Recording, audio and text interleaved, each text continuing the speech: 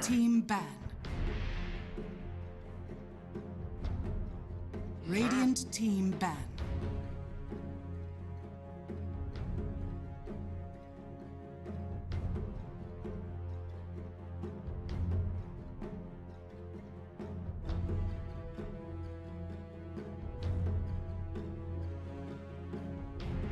Ten seconds remaining.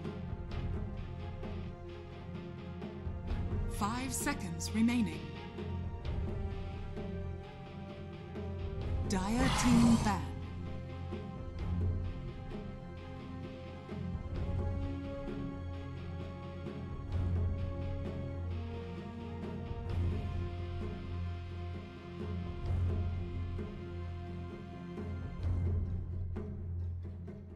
Ten seconds remaining. 5 seconds remaining. Radiant team pick.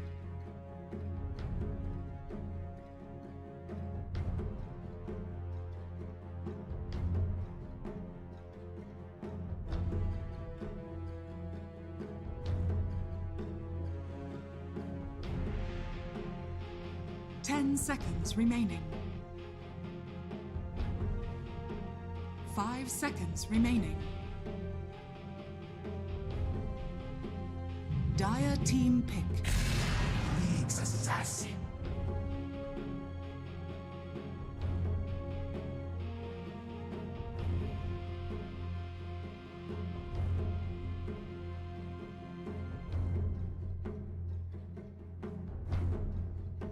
Radiant seconds remaining. Pick.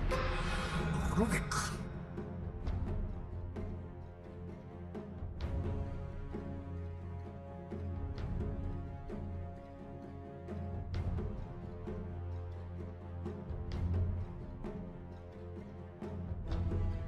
10 seconds remaining. 5 seconds remaining. Dire team pick. Void incarnate. Radiant team ban. Mars!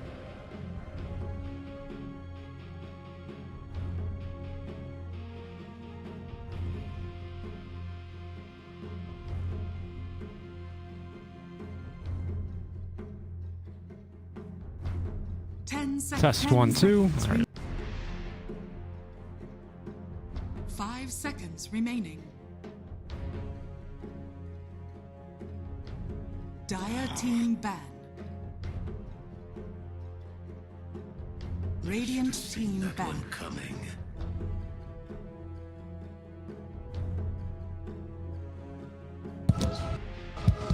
What?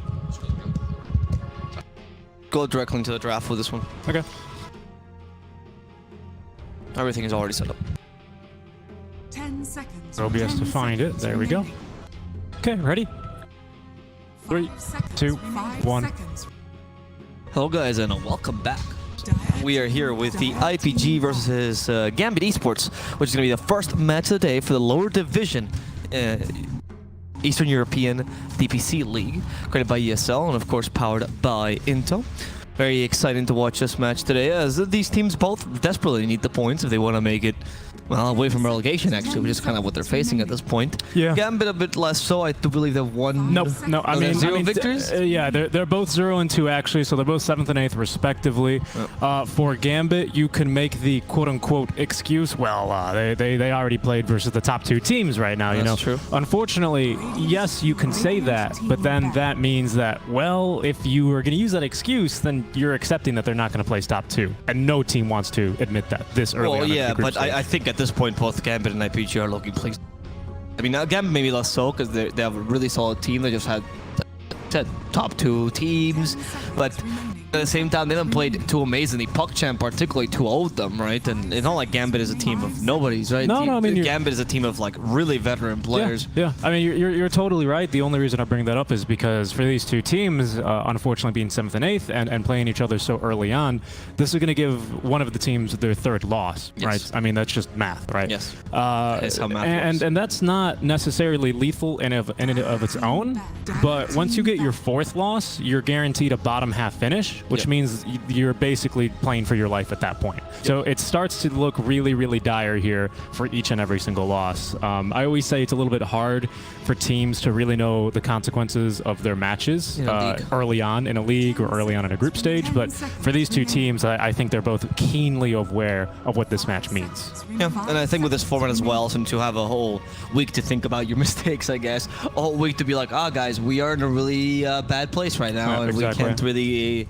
beat that, especially because I think that this is quite a competitive division. Honestly, I think all teams can take matches off each other. It is, and even teams like IPG, which is one of the newer teams, together with VBP, have taken matches off people, particularly best of 3s, and they've showed some good prowess in general. IPG in another tournament that's going on right now that has a mix of some DPC lower division teams in Europe and CIS. They're actually doing Snow Sweet Snow. They're doing pretty well in that one actually. Their goals, their mid laner Asgold, he looks like a pretty young dude. Must be between 18 and 22 at least, definitely younger than us.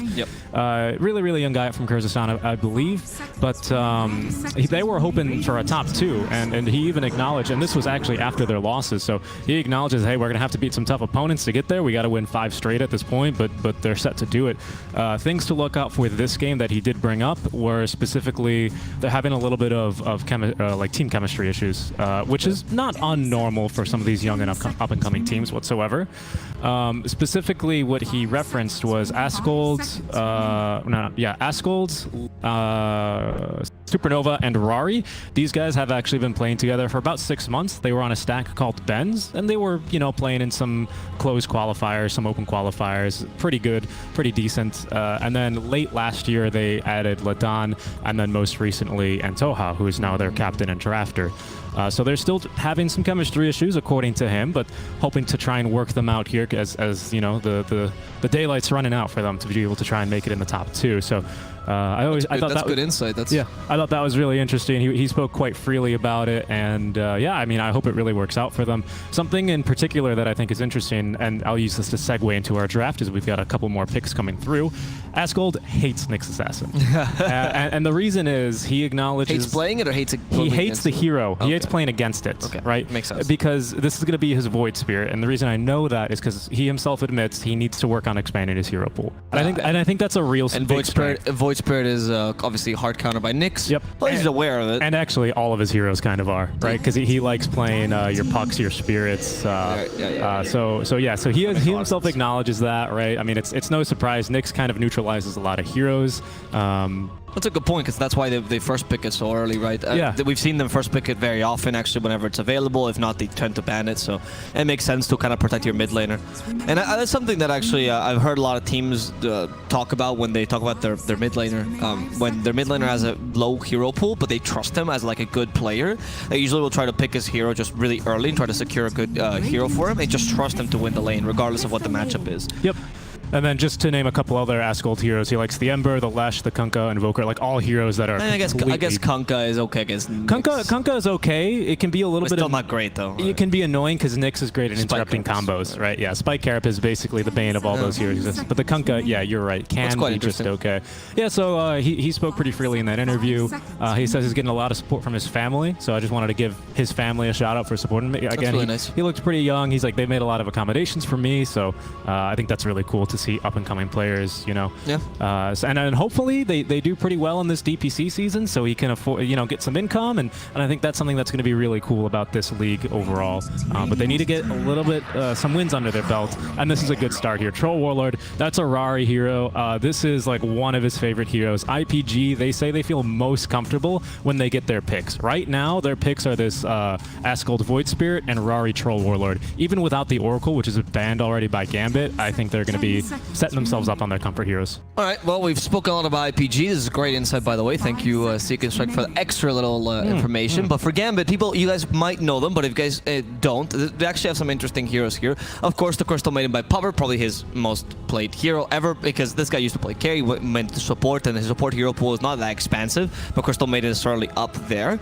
We also have the Mars for Blizzy, which I think particularly is one of his better heroes. So Blizzy, when he first started into the scene, he was actually a mid laner, so he excels in these off laners, Legion Commander, Mars, that have a lot of impact and have a relatively solid lane. He's not used to being completely outmatched in general. You know, I think Axe and Beastmaster are also up there in terms of heroes, right, that he plays. So Gambit tends to, they pick some comfort heroes here, and heroes that work well with their playstyle, which tends to be on the early to mid game aggression style, which of course Mars, Ursa, Crystal Maiden likes to play, and of course the Ruga XX Vampire. I wouldn't say it's as good as his Mirana or his Earth Spirit, but it's up there in terms of execution, and that's every 4. You know, every 4 knows how to play. It's true. I think it's every single 4's favorite hero. Yeah, so it bothers me when I go there. It's like, he's one of his comfort heroes. Yeah, well, every 4. Every 4 loves him. A lot of the 4s, I think, especially these days, now that the Earth Spirit is somewhat pickable and he's not like first phase ban material, kind of like how he used to be a couple of years ago. Yep. That's also can play Earth Spirit. They can all play Rubik. Yeah. And they usually have a choice between like Mirana or Tiny as the. I will say sometimes you'll hear casters still bring it up like, oh wow, they go Rubik, and it's like, yeah, well, everyone plays Rubik caster. Yes, yeah, but there's a huge difference. Yeah, and the difference comes from the skill ceiling on these heroes, which is, I mean, for heroes like Rubik and Earth Spirit, really up there, especially because Rubik, there's so many different combinations, right? You work. I think Mirana is almost. Oh, come on. you just said that to piss me off. Yeah, All right, we're getting to our last picks here for IPG. It looks like we ought to need an offlaner for themselves. They can flex the Void, but I suspect that's Askold's hero. They probably don't want to, especially because Void spread against sources. Good point. Underlord, maybe? Alder type? Okay. Oh, interesting. Okay. We actually saw, I mean, yesterday, obviously, what was it? Who was that playing offlane? Enigma. Yeah, no, Secret. Secret played an offlane. But it was obviously to purposely counter a morph, so it made a lot of sense that game. This game, it's interesting. You might be thinking of offlane DP. Like maybe that's the idea, because that's not crazy. Yeah, that's a supernova hero. So that would make sense. Because offlane ET against Ursa seems like a weak pick, whereas and also the carry or the support 5 DP this game doesn't seem as Rubik. So you swap this around, and honestly, offlane DP used to be a pretty popular counter against Ursa. Choose your hero. Queen of Pain to deal with the Void Spirit. Yeah, so that ought to be a mid co-op. Yep, Asgold in mid. Okay. Yeah, Supernova offlane. Yeah. Good predictions there. I like the ET Rari lane here. Sorry, the ET Troll lane, especially versus Rubik, because ET, he gets all his harass from bonus damage. Rubik removes your base damage, so it's not as effective. So again, Dota's a rule of exceptions. Normally, you don't want to trade blows with Rubik after the Fade Bolts, but ET doesn't. Yeah, and also ET against the Mars is pretty decent. When you start like mashing ET is forced to spear you away, or God's Rebuke you away, and that means he doesn't have or God's Rebuke for Troll. That takes away his kill potential, or in some cases even a save against a Troll, and that makes Robbie feel much more comfortable in the... It's very interesting that they go for the Queen of Pain, by the way. So the Queen of Pain versus Void Spirit is a very, very old matchup, where the whole... Well, I mean, as old as Void Spirit. As old as Void Spirit, yeah, I knew what you mean. Not himself, right? As old as his release. The Queen of Pain... So the idea in this matchup is that the reason why it's not picked anymore is that Void Spirit tends to not... or Queen of Pain tends to not to win the lane anymore, because you go for the Shadow Strike, you force them to go for the sim, and now Void Spirits just farm like crazy in the Simulate, so it's not really that big a deal for them anymore. But it is true that this lane forces Void Spirits to play a bit more defensively, more akin to like an Ember Spirit that goes Flame Guard, so there is an advantage in terms of tempo, but it's not as easy a lane anymore. And some Queen of Pains will actually just pretend like they max Shadow Strike by going Shadow Strike level 1 and then never take any points in it. I see. And then they go Scream of Pain. Just to dissuade you from going from a certain build. I like that. The mind games in the mid lane, M&Ms as I like to call them, those are always going to be really great to watch here as we're going to... Yeah, I mean, to be honest, I see two heroes here that are particular IPG strongholds. Yes, Asgold on Void Spirit is always great, but he has his games and he doesn't have his games, and that just depends on how the mid game goes, and there's a lot of counterplay potential there. But Rari Troll Warlord can kind of 1v5 games. Yeah, if they can give him the space, they can definitely get away with it. Ladan on the Nyx Assassin as well is always impressed me on the melee position 4s. He just is so efficient in the lane. And on the Void Spirit Ladan's been here. a standout performer in IPG as well. He really has. His clockwork as well has been insane every match I've watched him. Like the guy's going places. I agree. And hopefully all of IPG. I was actually about to say the same thing. Yeah, of course. Same wavelength. Too. As we wish the best here for really all the teams. It's like trying to get our favorite child, but how can you choose just one of them when they're all so good? Exactly. In my case, they're all terrible. Well, that's because Alvaro was an only child, so all his parents, Dad, are you my favorite child? No. And I used to tell my dad, like, who is your favorite child? I don't have one. I don't have one. Yeah, so this game is bound to be interesting. Just look at the drafts alone. They're actually kind of similar, right? Because you have a Troll versus Ursa draft. I'd say the core to core is a bit beneficial to IPG because Troll tends to beat the Ursa. It's just a bit of a easier matchup to run. But the team fight's better for Gambit, right? Because the Queen of Pain plus Mars is a bit stronger than the DP off lane plus a Void Spirit, which is much more single target oriented. IPG has more push, but Gambit has better 5-on-5 mid game, which is what they usually play, by the way. They always like to play around that mid game. So I think it's kind of even. I think it can go to either team. Maybe... Oh, okay, so the one thing about the team fight that I want to bring up is normally you see something that has a big AoE ultimate, besides Enigma. Again, Dota's a rule of exceptions, or a game of exceptions. But you see something like the Mars Arena, Faceless Void Chronosphere is another one. To some small extent, like Static Storm, but not really. And you see that versus an ET, and you go, oh boy, ET, right? Everyone in a circle, you throw in your ultimate, and then the offlaner hates their life, right? Or the Void Spirit, or sorry, the Faceless Void hates his life. This game, though, as you said, when your follow-up is Queen of Pain to a Mars Arena, you're not going to be sticking around long enough for that Earth Splitter to actually hit you. That's true. So that's going to be my main concern. Ursa Warrior as well, he's just going to have to get a good enrage off, which is relatively easy. I mean, Earth Splitter's really loud. It's got a really nice looking visual cue, which makes it super easy to BKB or dodge. On the Earth Splitter, I'm thinking. Oh, Earth Splitter. Because you know exactly when that thing's going to pop, right? Yeah, that's true. So it's not actually as strong as maybe you think you give it credit for here if you play the ET or if you see a lot of ETs versus Mars. This game, because the follow-up is so quick and deadly, I mean, even a Rubik Fade Bolt early on could be super deadly. I completely agree with you. I think IPG's team fight, they're not really going to be looking for a full 5-on-5. And they have also good mobility. I mean, besides a Crystal, probably gonna die to the Earth Splitter every single time. That's true. Queen of Pain is gonna have good mobility. Mars will probably have Blink or Yule Scepter. Rubik similarly, right? Ursa has decent mobility as well. So I think that in this case we're gonna have, as you mentioned, not the strongest Earth Splitter. I think in these situations though, the best build for Elder Titan is actually to go for a Shard and try to use your aura to boost your physical immediate damage. Because the great thing about the Shard is that it allows the Elder Titan hero to be nearby, which reduces the armor, right? Because only the Spirit armor reduces magic resistance, and that allows your Troll to just burst them down, or Exo as well to burst them down. So as opposed to playing on your Earth Splitter, playing much more on your aura. I saw Zai doing that yesterday actually with the Shard. Granted, he was a core. Still, I liked it very much. He actually used the Shard to great effect against the Morph. I completely agree with that, and that's what I wanted to transition into, right? You look at IPG's lineup, and they're more built for pickoffs, right? I mean, any team with a Nyx Assassin, I think you can really say that for. Yep. But I think it's especially true with a Void Spirit, pardon me, with the minus armor. Now we actually have the second point in natural order here on Antoha. Yep. And with the Shard, it even gives you the benefit of having both of the natural orders, not just the magical one, which is super, super useful versus agility carries like our Ursa Warrior. Exactly. So I even think if his agility gain is not the greatest, of course, it's good enough, and that's going to be the primary stat. As Asgold here has the bottle, just needs to make sure he's not Shadow Striked anymore. Look at that. Lorenov did the thing. So if you actually look at Lorenov's build, he went for the Shadow Strike level 1, but still Scream of Pain, so he can actually still go into either Scream of Pain build or Shadow Strike Blizzy, bottom lane.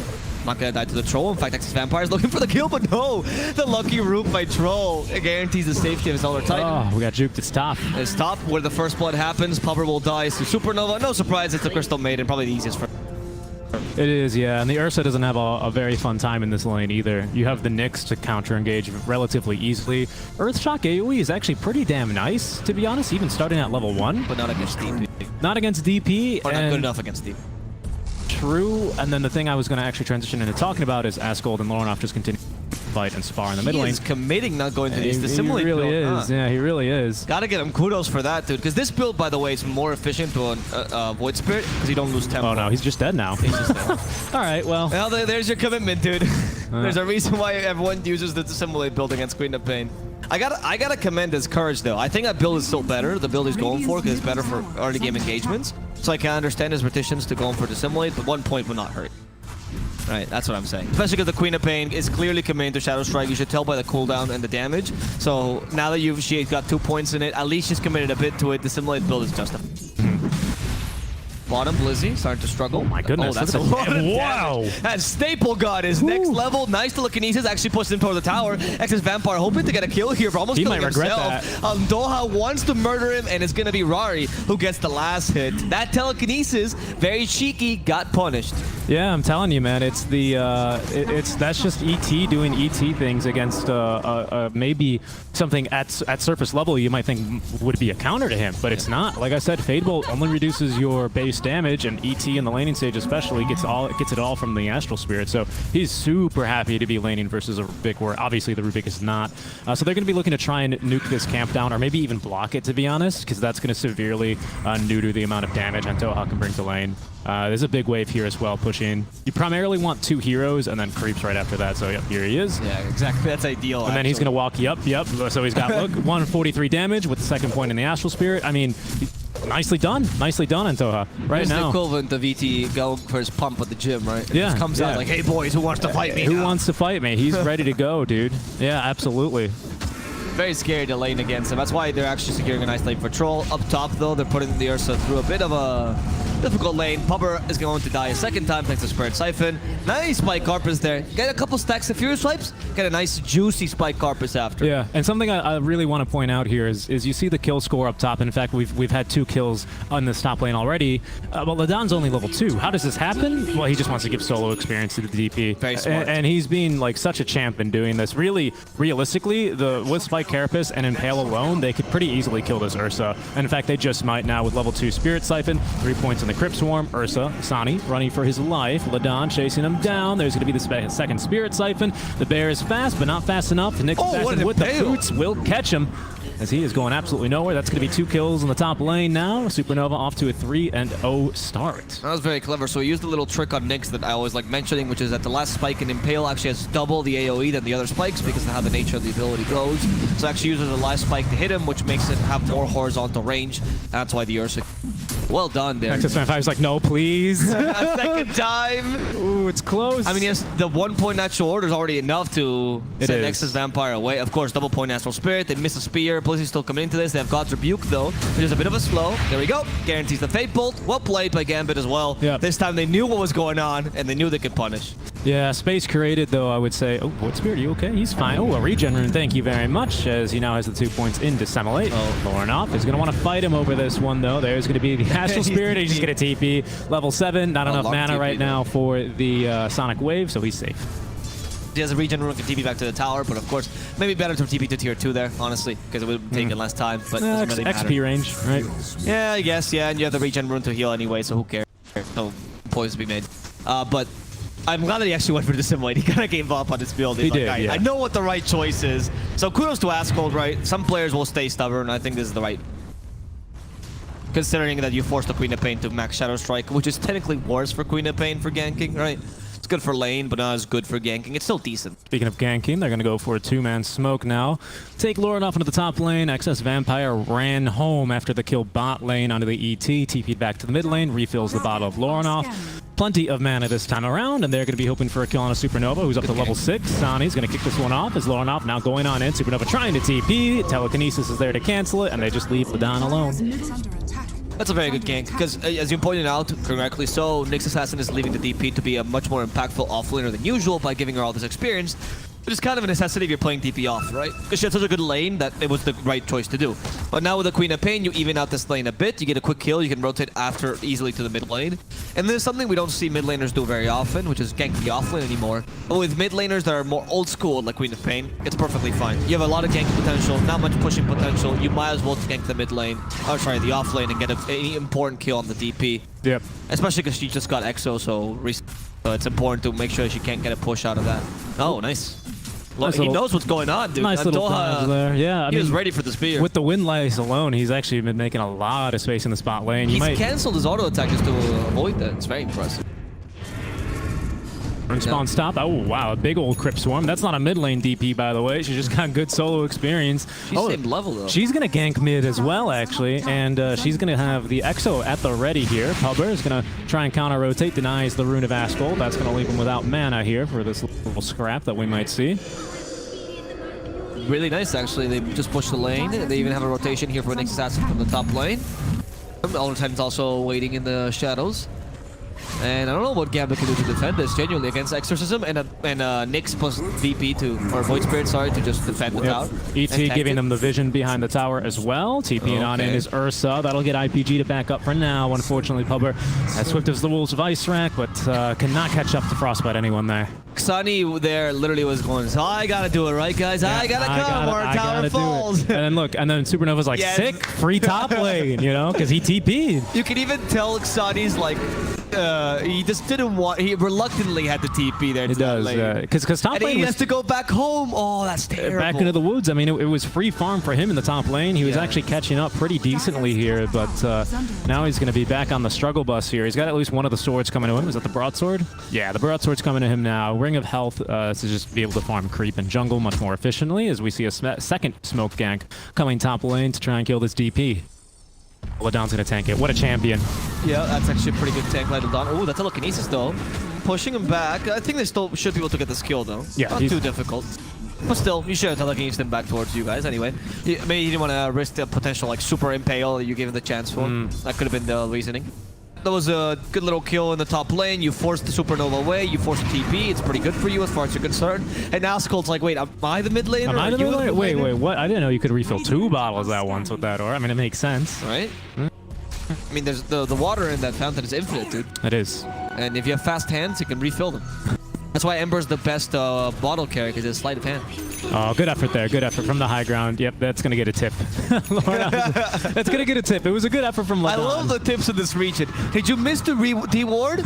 Tip. Did you miss your Impale? Tip. Like, it's only for flaming. It really is. It's for the small things to try and tick each other off. Yeah, I really like that. That's solid. Solid idea by I just region just seems competitive, fun. The teams know each other. It's just farm to the Eastern European. Yeah, especially between the both of these teams are relatively young and newcomers as well. I wouldn't say Gambit. That's fair. Neither the Orc nor the players. I mean, they're newcomers compared to, like, what is it? Or the Hustlers. Extremum or Hustlers, which is like, okay, these guys compete in all of the eyes, you know? Funny can still remember the good old times. Pretty much Cheshire Cat alone, right? Dendy on bait. Yeah, it's true, it's true. Nice break. That should be a kill here for Rari onto the Mars. He's going to push one back. Unfortunately, it's the bug. And with one last auto attack, Rari's got the kill. You see that the bug should walk towards him towards the end to make sure the spear hit him. On purpose. That was a... I mean, Ladon, dude, these small plays are eventually what makes him such a good floor. His positioning is on point, and that's why he can play all these heroes well. It's not about how good he is as a Nyx, it's about how good he is as a 4, which really stands out every single... Nice job feeling the map here by Rari. He's like, well, I just got a kill on their offlaner. That probably means it's about time for them to rotate Ursa down here. And so he preempts even the Ursa rotation. He's already pushing mid lane here, having a fun time. Did rotate a little bit early, so there's actually a wagon down here on, I think, like 1 HP. Yeah, 25 HP. It doesn't matter. He gets the tower mid lane first. They should TP someone back, though, and not give up this tower for free, especially with the siege wagon so low.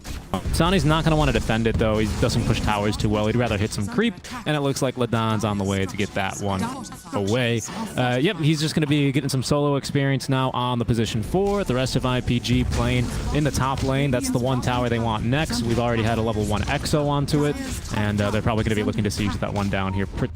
Blizzy might go for a return kill, though, with the Arena of Blood. He's going to go for it. Nice spy Carapace. Unfortunately, that stuns the wall, not Blizzy. It's not going to matter too much, though. Oh, he's going to live. The spy Carapace was for the spear. And it was for the spear. Yeah, so it was pretty well done. Oh, the dust. Oh, my goodness, Ladon. I say, good positioning. Watch him die now. Well, they did scan him. Queen of Pain from behind. This is like when you have a roach in your house. I know there's a roach somewhere, but I can't tell where. Where is it? Ladon continue to just run around. We should have another dust here. No, we don't, actually. So they're completely out of regen, and he scouted it, so he can kind of just chill. They use this time to take both tier 1s mid and top, right, for RPG, so I think it's fine. It is, yeah. I would say even a beneficial trade, especially because IPG, one of the advantages they have over Gambit is their push. So the more map control you get, the easier team fights become, and the easier team fights become, the more you can take a single team fight where you push like 2 lanes of racks easily. Yeah, that's the whole point of drafting a DP in its role. Indeed. Indeed. Zani, though, he's doing a pretty good job here. He's got his Battle Fury now on the Ursa Warrior completed.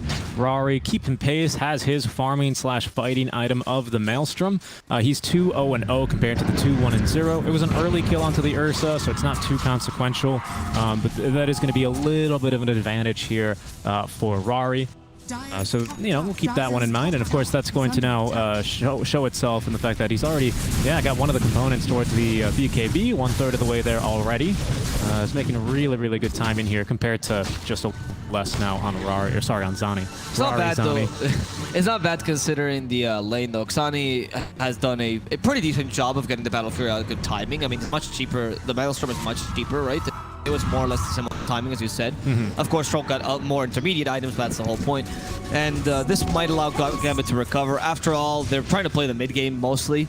It's just that when you play a mid-game draft and you already start the mid-game with much less map control, with no option to really take easy smoke ganks, etc., it becomes harder to play that mid-game, right? But they have good item timings. Orchid now on the Queen of Pain, superior to the Void Spirit by ever so slightly from their first item, and also the Battle Fury and Ursa, which, as an Ursa, you can still fight with just Battle Fury. Powerful the hero is. You can, yeah, and you've got the Mars here to allow you to first, AoE control, Pubber on the Maiden as well to get that one done. Oh, Ladon, this time a little bit too close for comfort. They haven't dusted him up, but there's plenty of detection nearby. They're afraid because he went to the high gun. That's so smart. Never chase techies, never chase any support that has a line stun, if that makes sense, uphill. Yes. Like Earth Spike, Impale. I think the line stun's not. Oh, that's a good one. Oh, he's like, excuse me, sir, that one's mine.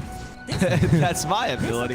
You He's thief. like, watch this, guys. Oh, he's Boom. broken. Oh, what? Oh, he didn't get the attack off. He telekinesed before, so it stopped. Doesn't matter. They still have enough damage for the kill, but that's Ladan now tanking Who a second knew? death. The true benefit of Nyx is his incredibly slow cast points. That's where you can get combos off, because Ruben's cast point was too fast, you're right. So that's what broke Vendetta as opposed to his auto attack. Huh? Yep. Well, Yeah. EIL, but something I wasn't really considering when playing. Yeah, it works a little bit. Rubik's got some strange interactions because the closest thing you can I mean, it makes compare it perfect to, sense, right? Yeah, it does. You can kind of compare it to something like the Storm Spirit Overload, right? Where as long as you have that buff above your bar, your next auto attack is going to have that Overload, or in this case, the Vendetta. But because he breaks the Vendetta before the auto attack connects with telekinesis, he doesn't get the bonus. Again, doesn't matter, but that's just the explanation. No, exactly. Yeah, that's why if the abilities of the Fate times, for example, like Bounty Hunter, can actually slow you during his Fate time, stuff like that. Like invisibility is one of the more consistent mechanics in Dota. Thank God. Interesting to think about the difference in cast points that actually hurts the rule. Almost have Yule Soldier done on the Mars. This is probably going to be the final item they use to like just smoke. You need to go for a smoke and start to create some space. If you can't take at least the mid-tier 1 tower, you're going to start to suffer a lot from IPG who's going to hunt you. Especially because Ascold is no longer an easy kill due to his own Yules, because he can protect from Mars and from the Queen of Pain. I believe DP with the Hood of Defiance and Yules pretty much done. Yeah. Also a difficult kill, so you ideally want to kill the troll if possible. Yeah, he's nearly got his BKB completed soon enough, though, so it's a pretty slim window if you're going to want to go for it. In fact, I would wager he's going to have it delivered within the minute and ready to go. After that, I reckon you can actually go for a little bit of a Roshan attempt. With Troll Warlord, you don't got any minus armor here, but you can use Exo level 2, actually, which we're about to have, pardon me, to either fight right before it and force the issue at one of the towers, win the fight, drop back in Roche, or you can just use Exo in the Roche pit and got enough. Probably if I were IPG, I would do the latter though, or sorry, the former, because they got some pretty good Roche fighters here. Like Mars is really damn good, Queen of Pain, finding a good Sonic Wave is super easy. So I think they're going to want to probably just force a fight. And with an offlaner like the DP, she's great at doing that. Yeah, as a Radiant team, you don't really want to, like, you want to force the fight around Roche if possible. But if you're not a good fight around the pit, you lose that advantage once you put yourself in the pit. The whole idea is to stay your triangle defense. This is a pretty play, actually, by IPG. They're going to catch a really valuable target in the Queen of Pain. Can they kill her in time? Yep, that is the silence. Oh! She's going to die to Mark. Thanks to the Frostbite, they almost save her. Pubber now using that freezing field. They set up the Earth Splitter for her. Pubber still getting hit by the Earth Splitter, but with the Arena of Blood, they counter-initiate, putting the DP in a pickle, and what a pickle she's in. Dead by the Ursa. Finishing off Excess Vampire, Rari comes in the backlines, and they manage to get that nice little revenge kill. A second revenge kill here on the Crystal Maiden. Both supports dead for Gambit, but the Ursa survives, and they at least manage to finish off the TP. So, not the worst engagement for Gambit, but still beneficial to IPG. Yep, that one kind of sucks actually for our DP. Oh, do we have Yols? No, we don't. BKB, like I said, delivered within the minute. Here it is. Blizzy's like, man, I hate my life. You will Scepter to knock him up, and to knock him right down is going to be Antoha. Gets the kill in style with the Astral Spirit there. No chance for him to dodge it. That's a 10-second BKB just for a kill on the offlaner, but, you know, it's also kind of flexing on him. Yeah, I'm going to take your Ancients right in front of you, and there's not a damn thing you could do about it, Ursa. Get out of here, you dumb bear. What's interesting about that is that Xani literally runs around. Like, it's the classic carry play where you're like, I know you're dead, bro, but I want to help you, but I know you're dead, and you're just running around the sides, kind of biting your nails, biting your claws in this case, not knowing what to do. So, you know, Gambit acknowledged that was a bit of a overextension there the second time they went on the troll. But wasting the 10-second BKB, there's a point to be made there, especially for an Ursa. Yeah, and the thing is, though, getting the kill on with the Queen of Pain is really nice, because she ideally wants to be the one doing the initiating, especially now that she's had this Orchid. Hasn't had the chance to use it on a single person yet. She gets killed there as well, thanks to the mark damage. Pupper tries his best, but it's only a maiden, you know, what are you really expecting from her at this point? As they are going to try for Roche, Ladan, they have slept Zani. Blizzy waiting in the wings, though, with the Arena of Blood. He's going to spear the Nyx Assassin to the wall. Zani still alive, gets off the enrage in his own BKB, turns, kills the Nyx Assassin. Now Rari, though, popping the ultimate. It's a great Earth Splitter as well. They might catch a Lorn up, and there's going to be the root. He's farming the camp at the same time as well, and picks up the second kill onto the Mars. They are continuing to chase, as Supernova's found the Maiden. Free kill here for them. And although, actually, with the You're not so Frostbite. free. Well, Pupper's like, I am me. swift as the wolves of ice. I'm a predator, but that's okay. They're still gonna do Roche. I'm a predator. That's what Enchantress says when she gets a kill. Oh, okay, all right. That was a completely different idea of predator that was had in my mind. I was wondering what exactly you're referring to. No, I thought that was the catch line in the that show you have in American reality TV show. oh, to catch a predator? Yeah. No, I'm pretty sure that the catch. catch line for that one is "Hello, I'm Chris Hansen." Yes. Hello, And I'm you're going to jail. Hello, I'm Troll Warlord. He says to Roshan, and Roshan goes, "Oh no." Troll is definitely a predator. Yeah. That little rager boy in his mom's. He is. Yeah, that's literally his lore. He lives in his mom's domicile, which is a basement. I think it's like his subterranean domicile of his mother. Because trolls live underground, I believe. Yep. Yeah, so the whole point is that he's like just a basement dweller that's fighting because he's angry. Yeah, and he's been expelled from his tribe because he's too toxic. Yeah. That's a true story. That's like quite literally his lore. Yeah. It's very, what a weird lore to have. It's a very like cheeky, sort of self-aware kind of lore for the Dota devs to put into the game. A lot of Dota lore is cheeky in itself. You know, like all of the Zeus lines where he acknowledges that he's a god, but he's still fighting this. Crystal Maiden being a sociopath, like being a princess and a maiden, but also a murderous sociopath, right? It's you know what? I kind of hope the new hero is like some like Norse. Or the next new hero. The next new hero is like, which is coming out soon in February. It should be this month. I hope it's something to do with mythology. I think the mythology heroes provide a lot, and I don't think we've touched upon like Norse or any like European like Valkyries. Oh yeah, could be right. I would also be okay with Egyptian. We haven't touched on Egyptian. That's very cool. Very true. Very true. Yeah. I loved Grimstroke, which is like a bit of the Japanese mythology, right? Oh, Maiden tanking a smoke gang here, by the way. Let's see. The myth that Maiden can tank a gang for more than 2 seconds is busted. Immediately gets bursted down. Pummer's like, but I was so swift. I was walking around so fast. How do they see me? Basher now for Ferrari as his itemizations continue to kind of just come on in very casually. Ursa Warrior's gone for the Blink Dagger here. Kind of an interesting build. More of the older style for the Ursa. A mix of the old and new when he would go almost always actually like first item blink after like Mask of Madness or something. Back way before then, before the God King's like, what if I built Battle Fury in every single hero? Yeah, it's true. And well, I mean, Battle Fury and Ursa was an idea that actually stuck compared to a lot of other Battle Fury. True. After the nerfs, they realized actually it's pretty solid to make the hero. They just made the hero more viable because his window of opportunity got extended by using Battle Fury, right? Yeah. And people realized that you're still powerful with Battle Fury. Raw damage on Ursa is surprisingly good. Right? Who would have guessed? Yeah. What really allows Ursa to not go for that like maximum pace of play gameplay was, yes, not only the Battle Fury, but also the changes to Abyssal Blade were hugely helpful for him.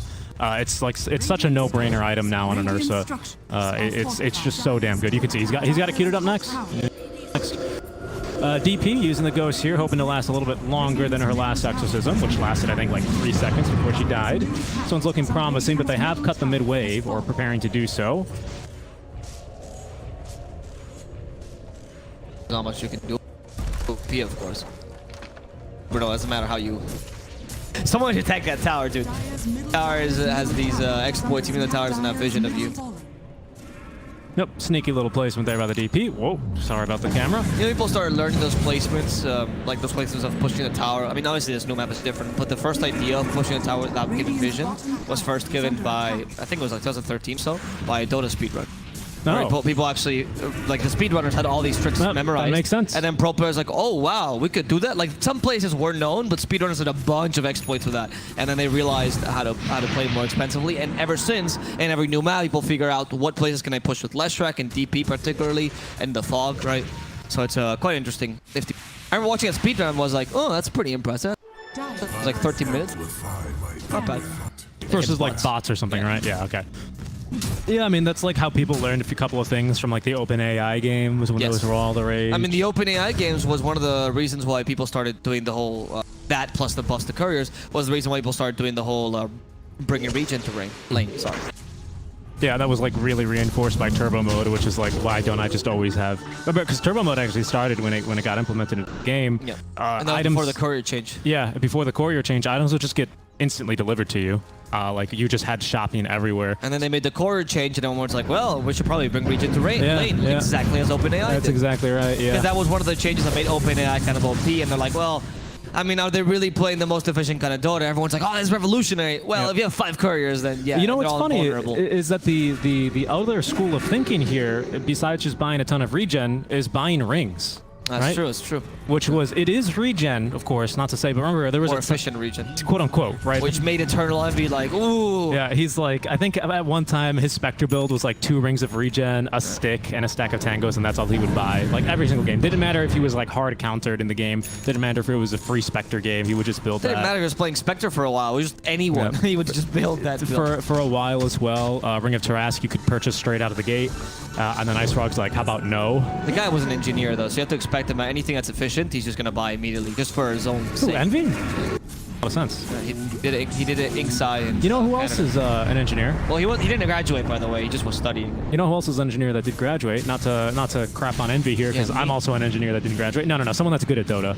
March. Top tower is Oh, really? Yeah. Wow. Yeah, his dad's a university professor. He also did military training. Oh, that's impressive, Yeah, actually. he's To stay at that level. I didn't know that. yeah. Anyway. I know you're a big fan of March streams. Okay, Xani was looking for the kill on Askel. Does he have Basher? He did. He does. But, of course, the Aether Remnant deters you from that initiation. If you waste Enrage just to make that Aether Remnant weak. Maiden's like, hello! Oh my goodness, she avoided the Impale. She also dodged the Aether Remnant. No way. Yeah, Okay. alright. You wasted 2 Astral Steps on Pupper. That's a win as far as he's concerned, right? It would be a win if they didn't have the haste rune, because then you could actually counter-initiate. Yeah. But unfortunately, with the haste, he's still just a little bit too fast to catch. Yeah, so we're going to see them back off. Ruin Pupper's dreams. Well, I'm saying, because you're putting a lot here for Blizzy, who I think has the Blink Dagger on the way, but the silence now for the Void Spirit. Echo Stomp, zoning out Blizzy. They're going to pop the BKB. Full Abyssal, by the way. Finished Ferrari, but they don't get a net, so that means he's able to just walk away. Blizzy's got the Arena of Blood, but Silence gets no chance to use it.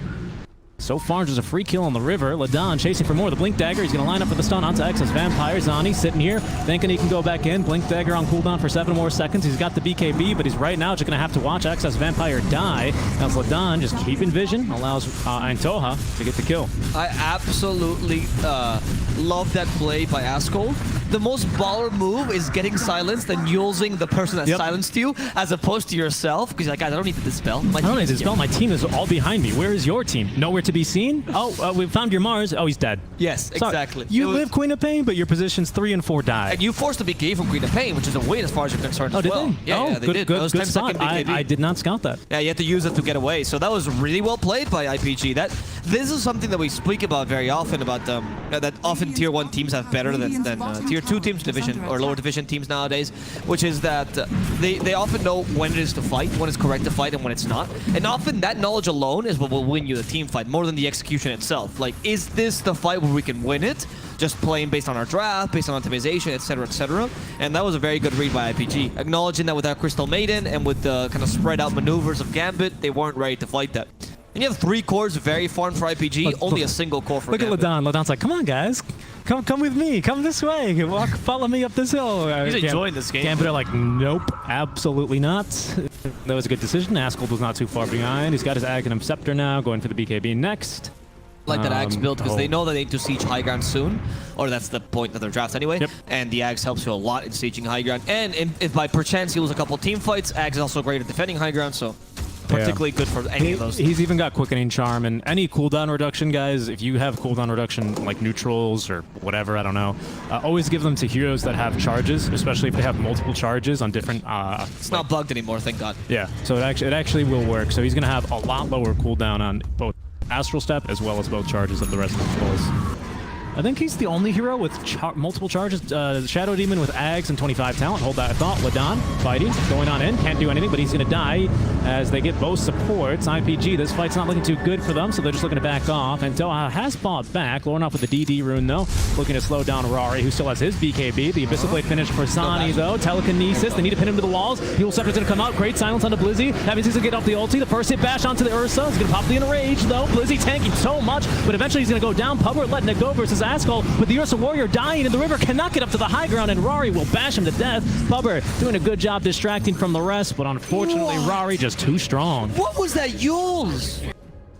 What Yules? I didn't see it. The Yules they used to troll Warlord. You even mentioned that you did see it. Oh, I did see the Yules. They used to troll Warlord as he was about to die. I mean, he was about to get off stun, but the Ursa was halfway through the hit. If he got lucky with a basher with his damage, Troll was dead. If not, and you inactivate BKB in time, you could use him after the battle trance. But using him right before just made Ursa useless for 2.5 seconds. I think they wanted to maybe trying to finish him off with a Yules. I suspect it was Blizzy trying to guarantee a stun with the Spear of Mars. Yes, unfortunately, he immediately gets a silence, and by the way, there's Askell killing a support.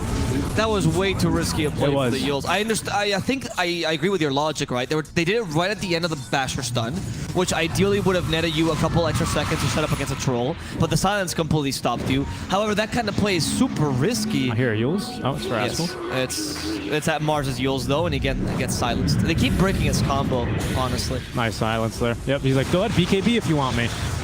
No, now actually Lornov could be in trouble. Rari is running in. Drum's been activated. They find the Mars. There's how you use a Yule setup. But that silences, of course, is much easier. They try to kill the Crystal Maiden. Nice long-range bash. Finishing off Mars as well. Just constant Yules game. Man, we've seen like 2 arenas this game. Blizzy just, I feel like, not having a fun time here. I don't want to be too critical of the players, of course, but, you know, we had some nice arenas early, and then from there, unfortunately, he's just been getting silenced and controlled, and that's partly to do with, of course, IPG playing a really good game here. But at some point, I feel like you got to ask, well, what's not working here? Yeah. I mean, maybe, honestly, seeing this from Gambit, I got to say that in hindsight, maybe the Yule's not the best build for Mars. Maybe it was much better to go for Blink Dagger. Because the Yules is so much easier to interrupt, and you have a bunch of interruptions here. Honestly, I wouldn't have considered this at all either. So I'm not surprised that Gambit didn't consider like the Ags from Void Spirit, the Silence from Death Prophet. Not the usual stuns you think about, but they are the reason why that Yules has become completely useless for the Mars, and he needs to be able to catch up to the enemy team. Whoa, Zani. Madman.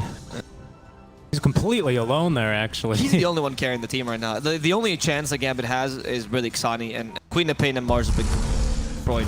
This is why the Blink Dagger would have been a bit more useful, because the less farm you have in Mars compared to the enemy cores, the harder it is for you to just walk in and Yule someone and then just wall, right? Very vulnerable. And with Blink Yules at this point in the game, you're kind of hoping for more. Yeah, exactly. Nice decision there, by the way. In our last big fight, when we saw the Ursa and Troll fight, it was a good decision by Antoha at the end of the day to buy it back. I thought that one wasn't looking too good for them, but I was completely wrong there. So more than happy to eat my words, because it was a great decision, and now they're going to be looking for more. They've caught the Maiden. She's got 2 fluffy hats, which means she's unkillable. Oh, she's dead. I love that. Missile? Oh, yeah. The Ursa in the backlines. In trouble already. They just go in for the quick kill on Supernova. Okay, that was good. Thanks to Blizzy's Arena Blood this time. There's an impactful one. Yeah, no interruption, but Blizzy would still die here. Xani trying to go into the trees. There's TPs. They don't have vision of them. Blizzy in trouble. Silenced up. I think Blizzy might just be the sacrificial lamb with this engagement as the Ursa gets away thanks to a nice TP. Blizzy still being chased after. They have way too many stuns for him to get away. Yep. Yeah, nice job there. Kill them. Yeah, they buy enough time for the blink on Ursa to come off cooldown. Doesn't need to BKB, so he's going to hold on to that 8-second charge. You want to try and ideally keep those as long as possible, especially when you're playing versus a DP Silence, Void Spirit, right? A lot of magic damage control, a Nyx Assassin, not to mention, because then you can just by Carapace you. So yeah, there's a lot of really good uses for BKB this game, as there is in every game almost, but especially for the Ursa Warrior. He's got a lot of things to annoy him. I like, by the way, that in this game, what IPG's been doing is drums are on the Elder, and whenever they have to initiate, Troll just like snaps his fingers and goes, Antoha! Antoha! Drum charge, please! Drum charge! And then you just immediately use it, and Rari has that extra boost early. Yep. It's a great way to take advantage of this kind of early mid-game carry that is Troll. Yeah, Warrior. you know, just because I know Askell's been very clear that Antoha is the shot caller in game, yes. So I imagine it's more Antoha going, all right, go get him, you know, releasing the hounds, and Rari goes, oh boy, oh boy. You know, honestly though, because this is a hero Rari loves, he's got an insane win rate on this hero. I mean, in case you can't tell, he knows every single strength and weakness hero. You can see him consistently doing the swap of the bash.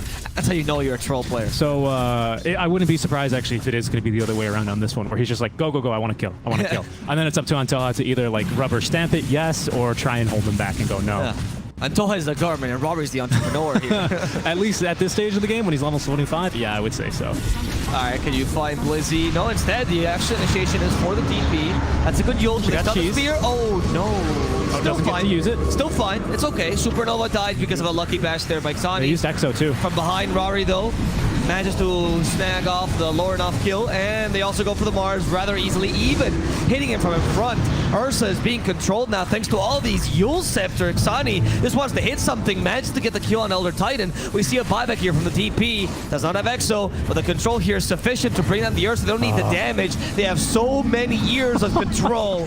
Xani will fall, Pubber will do the same, and Excess Vampire will be forced to TP back home. Oh man, poor Pubber there. Poor Pubber. I'm sure Ursa. I mean, I don't think that the team dynamic is like this, but I'm sure he was like, root him, and it was just, I'm silenced. Oh, I'm silenced again. Oh, I'm silenced again. The DP bought back.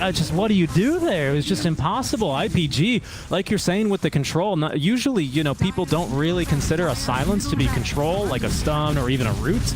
But honestly, this game, it's just about Brew to be all they need, as that's going to be a kill onto the Rubik. He's the last member to fall of this engagement. Abyssal Blade and another silence on top, because, you know, why not? 12-0-6 here for Rari, and Avo, I think we're going to see the Troll Warlord banned after this one. I would hope so, because this has been a dominating performance. You know what? I'd even bet the Void Spirit, to be honest. Last goal has also been on top of this game this time. Or not pick Queen of Pain. Either or would do, honestly. I don't think the Queen of Pain did you any favors this game. Oh, no, they're not fighting over here. I thought Mars was pretty solid for Blizzy. It's one of the heroes he plays often, but I don't know, his performance this game has just not been on point. It's just in general, Gambit has been looking much weaker. They look like a shadow of their former selves, honestly.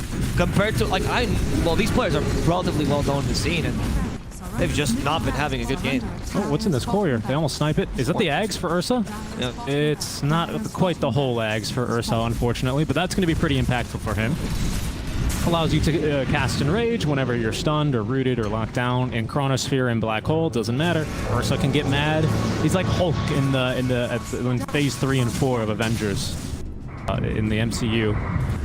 Because the first movie, which was okay actually, I didn't mind the first Hulk movie. He just like kind of gets mad for whatever reason. He's like hiding in Brazil, but then he's like, no, I control it now. A little bit of a pop culture reference. I don't know, dude. I don't know. I have not seen any of the other MCU movies though. I tried watching all of them, Those are awful. And then I got to Iron Man 2 and I was like, so I stopped. That makes sense. That ruined Robert Downey Jr. Yeah, well. If you watch Kiss Kiss Bang Bang, you're like, wow, this guy's amazing. Watch Iron Man 2 and go Who's back this? to Oh, good times. go good back times. to the Burger King. Oh my goodness. Anyway, Rari has level 25. Oh. Some people will catch that. Not many people, some people will. He's quite a famous actor these days. If you're a fan of his, I'm a fan of somewhat. Yeah, I mean, I think he's. I'm a fan of actor. his in some movies. I'm not a fan. He's got a good story. You can't He does have say. a good He's story. got It's a a good great story. He's a great storyteller. Yeah. Rari, I think that's Battle Trend Strong the spells, right? Oh, Blizzy. Okay, Blizzy's gonna die. Yes. With that initiation. Yes. Not entirely sure what that was. Oh. He had to backdoor them. Now the troll is in trouble, but he has so much more farm Sonny than has Ursa. eggs? It's gonna take him a while to kill the troll, but it's working for now. He has the battle trance ready towards the end, and that's gonna guarantee him surviving that engagement. That's level 25 for you GG. boys. GG. Level 25 for you. That's going to be a nice Earth Splitter as well for ET. I mean, real quick, let's see if I can catch you. How many Yule Scepters? We have 4 Yule Scepters here against an Ursa Warrior. It's simply the best way to counter him. Yep. It really is. I mean, there's nothing you can do. Ursa doesn't really want to use BKB and Enrage at the same time. Because of the design of the hero, he's more...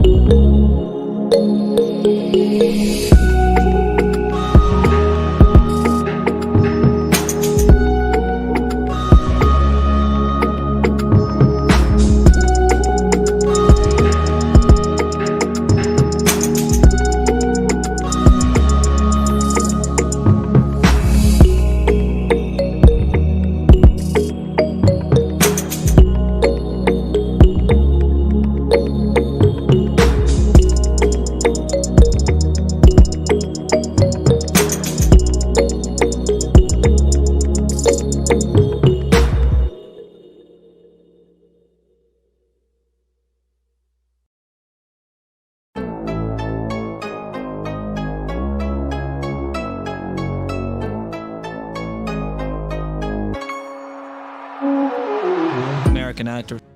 Well, 2 Americans and 1 British, but not ruined though. But not ruined. Well, it's like, you know, you have The Office and then you also have in-betweeners, right? In terms of America. Like Whose Line Is It Anyway and IT Crowd. I don't know. I don't watch a lot of TV, so I'll just assume you're right. Anyway. It's just kind of a hit or miss. Ready to go? Dire team pick. Are we ready to go on a trip? Where are we, by the way, technically? Where are we? I don't know. Rush. All right, ready? 3, 2, 1. Well, guys, and welcome back. Oh, we were actually... Oh, what do you? I told you we were pulling into the gas station. We're pulling over to the gas station. I'm merging. I gotta merge onto the highway here. Okay, I don't know what that means. It's like, don't worry. Just don't distract me, please. It's very dangerous. I'll just take the game. All right, so guys, for those of you interested, we are here in the Eastern European division, in the Eastern European lower division DPC league, created by run by ESL and sponsored or powered by Intel. As Richie finally merges. This guy gonna let me in? He's not gonna let me in. Are we ready? Are we good to go? This guy, yeah. We have a match between IPG and Gambit. People want to watch this match. They don't want to watch your terrible driving skills. I mean, listen, it's not my fault, right? That guy wouldn't let me merge. I know you just use fake buzzwords. I had There's my no way blinker merging on. is a real thing in driving, right? Anyway, let's take a look here.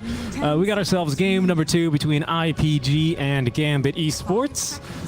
Game number 1, really well played by IPG. They don't ban the Troll this time around, but they actually do ban the Ascol Lashrak. But they have this time banned the Nyx Assassin. So with Nyx Assassin banned, actually, and Void Spirit's free. Yep, and it's going to be a Ladon or Spirit position 4. They feel pretty confident in going for the Void mid lane. It is a little bit more dangerous, though. They already have way more lockdown for him this game within these 2 heroes than they did pretty much in their entire last draft. That's, you know, if you did want to be critical of the Gambit Esports draft, considering that it was either a 3rd or a 4th pick overall Void Spirit, the fact that they didn't really have much against him except for like Frostbite was a big weakness in their draft. Yes. This time around with the puck, you've already kind of got that one under. Though I'd say that if the puck goes mid, which is most likely where it's played, because in Eastern Europe they don't flex him as much as Western Europe, the Void Spirit is pretty good against this matchup, right? Because you punish that phase shift hard with the Ether Remnant, you have a lot of kill potential. Your lane control is not as good as the Puck's. Puck with Waning Rift and Illusory Orb does better than you, and he has a bit more mobility early. His tempo is a bit better, but generally I would say that's a good matchup with Void Spirit, something he definitely likes to go on. However, the Earthshaker, now that's a different story. Earthshaker's fantastic against all the Spirit Bros, particularly against Void Spirit, because he has much less mobility than the rest of them, right? Once you use 2 Astral Step charges, you're pretty much done, and Fissure can still catch you. And that new shard, oh baby, is that an S tier shard? That is such a good shard. Yeah, it's really good. Not to mention, of course, if you do use both your Astral Steps and you use Dissemblate, Earth Spirit can connect across 3 circles pretty easily. If he's positioned at one extreme end of them, he can just line himself up and he can pretty much knock out, I think that's half the circles. Let me think. 1, 2, maybe 7 circles total, right? You can hit 3 of them at once, so you can hit around half of them with a fissure, or at least threaten to stun you out of a half of them, right? So that's actually a lot of zoning. There's not a whole lot of heroes that can do that other than, like, probably just Ice Path. Shakiro is the other hero that can do that quite reliably. And Echo Slam being a 0 cast point ability, always great for catching these mobile heroes. And of course, if you do that, I think actually with the shard now, you can put the fissure there and even 4 whole circles with a Chant Totem, because it's an area around you. I'm not sure. I haven't checked that. I don't know how big the Earthshock AoE is, or how big the Aftershock. The Aftershock, thank you, AoE is, but could be. Could be. I genuinely am putting it out there. I'm not sure about this one, but it's around there, right? With the point that you can cover a fair amount of space for the Void Spirit. So I like this. I think the Earthshaker is a really solid pick. Also opens up the map for Morphling, which of course, immediate ban. And if you're not planning on Morphling for Gambit, I know Xani does play Morphin, but if they weren't thinking about that combo, then you also got a free ban, essentially. Right, you got rid of one of them. Ancient Apparition ban. What are you thinking of? Maybe you're thinking of a Chen 5? Oh, yeah. Nice. Okay. Yeah, it's an Antoha hero. He really likes to play it. We've seen IPG, among lots of other teams here, like to go for something like a Wraith King or a Lifestealer. That's another Rari hero. He loves the Lifestealer. It's true. They played a lot of the Chen Lifestealer combo. And we've taken a look at the breakdown of what that healing looks like in the game. Oh, wow. Lifestealer's great. Lifestealer's looking so good right now. They might just pick it here. And you Troll's fine, too. Troll is also fine. There's nothing wrong with Troll. He's great against Phoenix. The combo with Chen is decent. Yeah, versus the Puck, I don't like it as much. True. But no, you're completely right. Troll he's viable here. But I think we're gonna see Lifestealer. Yeah, it's a Rari hero, and you just get so much thanks to the Lifesteal. I forget what the actual ability is called. Feast. Yeah. Thanks to Feast being buffed by the Divine Favor, you have so much. Yeah, that's kind of ridiculous. Later on as well, if you need anything else, well, you can use open wounds as well, which also gives you an extra bit of healing, and of course Infest also gets.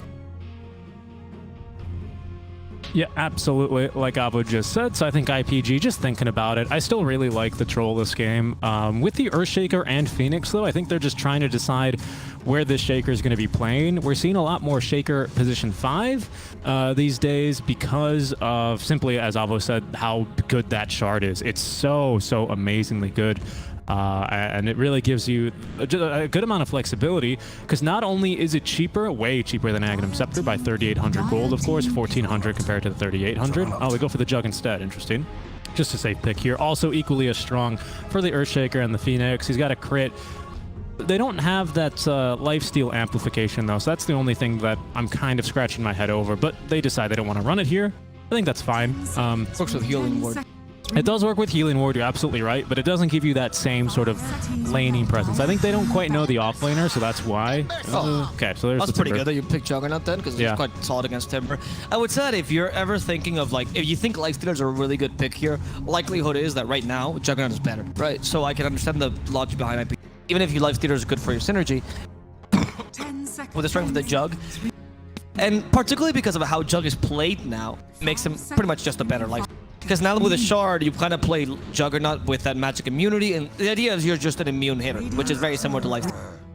You go in Blade Fury, you Omni Slash around, you Swift Slash again, Blade Fury a second time, and then like, okay, why do we even have spells against this? Right? That's the whole point of Jug.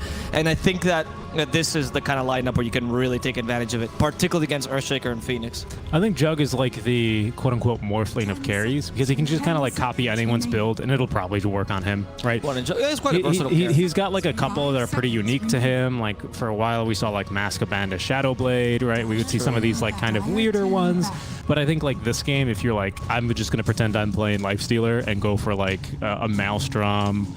I will say that, you know what I think that is, though, to be honest, is because I think every carry plays Jug. Yep. Like every carry, when you learn, you play Jug, and so every time the Jug is trashed, which is a fair amount of patches, people try to make him viable by being more creative on him. So I've seen a lot more creativity in this hero than other heroes. Though I agree with your point that Jug is very versatile in that sense. I think most people try to make Jug work more than anything else. Like people don't try to make Weaver work. They're like, okay, whatever, doesn't work, bad patch for Weaver, no problem. But for Jug, they're like, what if we play him with Mask, Shadowblade, and then we use Shadowblade in the middle of the Omni Slash, and that gives him more damage? And like, dude, stop. Yeah, I mean, and what is nice about that hero is that now it's like, all right, if the Timber's a problem, maybe we need a break. Who can build a break here? The Jug. He's not that bad of a Silver Edge carrier. It wouldn't be like the craziest idea in the world. I think it's a little weird. I wouldn't rush it first, right? But, you know, it's viable, more viable than something like Weaver. If Weaver is your pick versus a Timber Saw and you don't have a Vessel Builder, it's like, well, someone needs to do something for the Timber, right?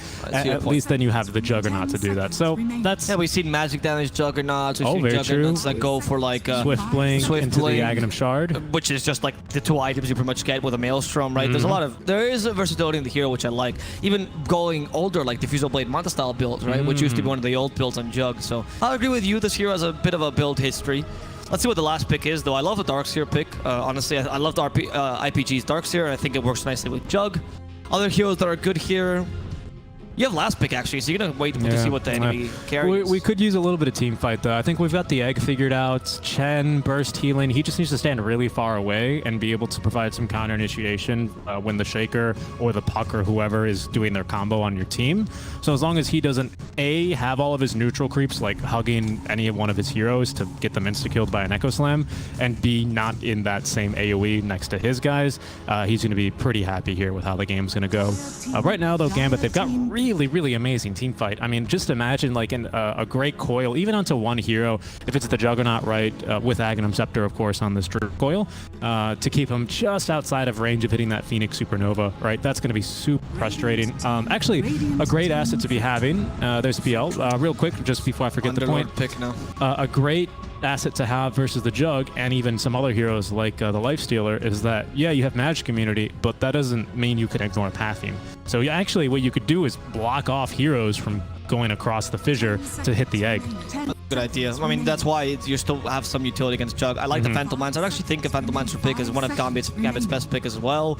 And you have a lot of protection for him in general. Enemy team, though, doesn't have a bad Phantom Lancer draft, and now. Yeah, I like the Underlord. I think it's a great idea. I mean, it's a great counter to PL almost at any stage, especially later on. You're going to do a ton of damage to him. Like I said, you've got your egg figured out here already. Timber Saw, you've got some pretty decent magic damage against him with the spirits, and to some degree your Juggernaut as well. With the Blade Fury, can pretty easily kill him, especially with Penitence to slow him down a little bit more. Underlord is just good. Tide? Okay. Yes, less good, but sure. The issue with Tide is that you're countered by a fair amount of the other heroes. Yeah. Like Timber Saw is pretty good against you. Phoenix, getting annoying because you can't really hit the egg. I'll tell you what he does better that Underlord doesn't. Stun and counter initiating, just in general, I would say. Yeah, I agree, but like just this draft particularly, I'm like, okay, Underlord covers you from Puck and Phantom Lancer. He's pretty decent against Timber Saw because the Whirling Death doesn't really bother him as much. Yeah. Mouse him. Yep. Firestorm is great against Earthshaker and Timber Saw and Phantom Lancer. Yep. No, I mean, I completely agree with you. I do like the Tide, though. The only issue is once the Diffusal comes up, he's going to be a bit dependent on making sure that he has enough mana to be able to tank a couple, maybe just 1 or 2 hits out from PL illusions and still have enough mana to get off the Ravage.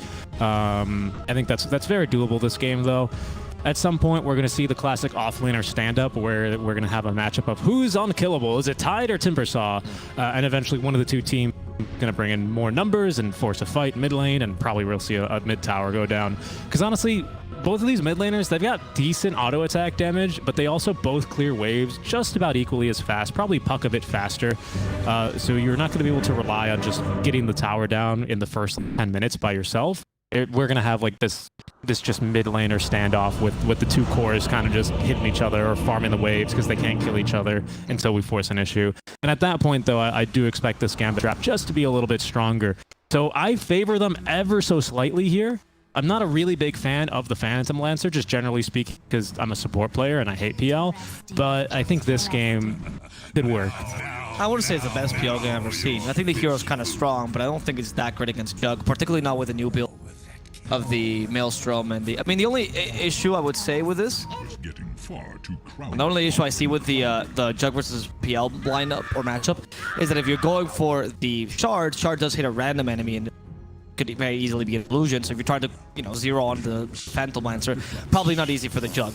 But if you instead for the Jug go for like a Mjolnir build, you go for the Shard as well, and you just try to eliminate the illusion possible, or even an old build with like Battle Fury could be the case here for Rari. There's a lot of options, as we mentioned. He's kind of a mobile hero, so I don't think the PL game. I don't think he's great against Void Spirit. He's not great against Earth because you can easily pin on the real one because the illusions don't stop rolling boulder. Yep. And you've got a lot of AoE, so even if like you miss somehow, you can still pull a boulder, smash a boulder, and then you'll nail it down to 2, assuming he's used the doppelganger, right? You're like, well, only 2 of those took full damage, 50-50 chance. I mean, in this case, I would think that Gambit can take this game if it wasn't because pause, yep. And they just laugh at him. I think Gambit can take this game if it wasn't because of the.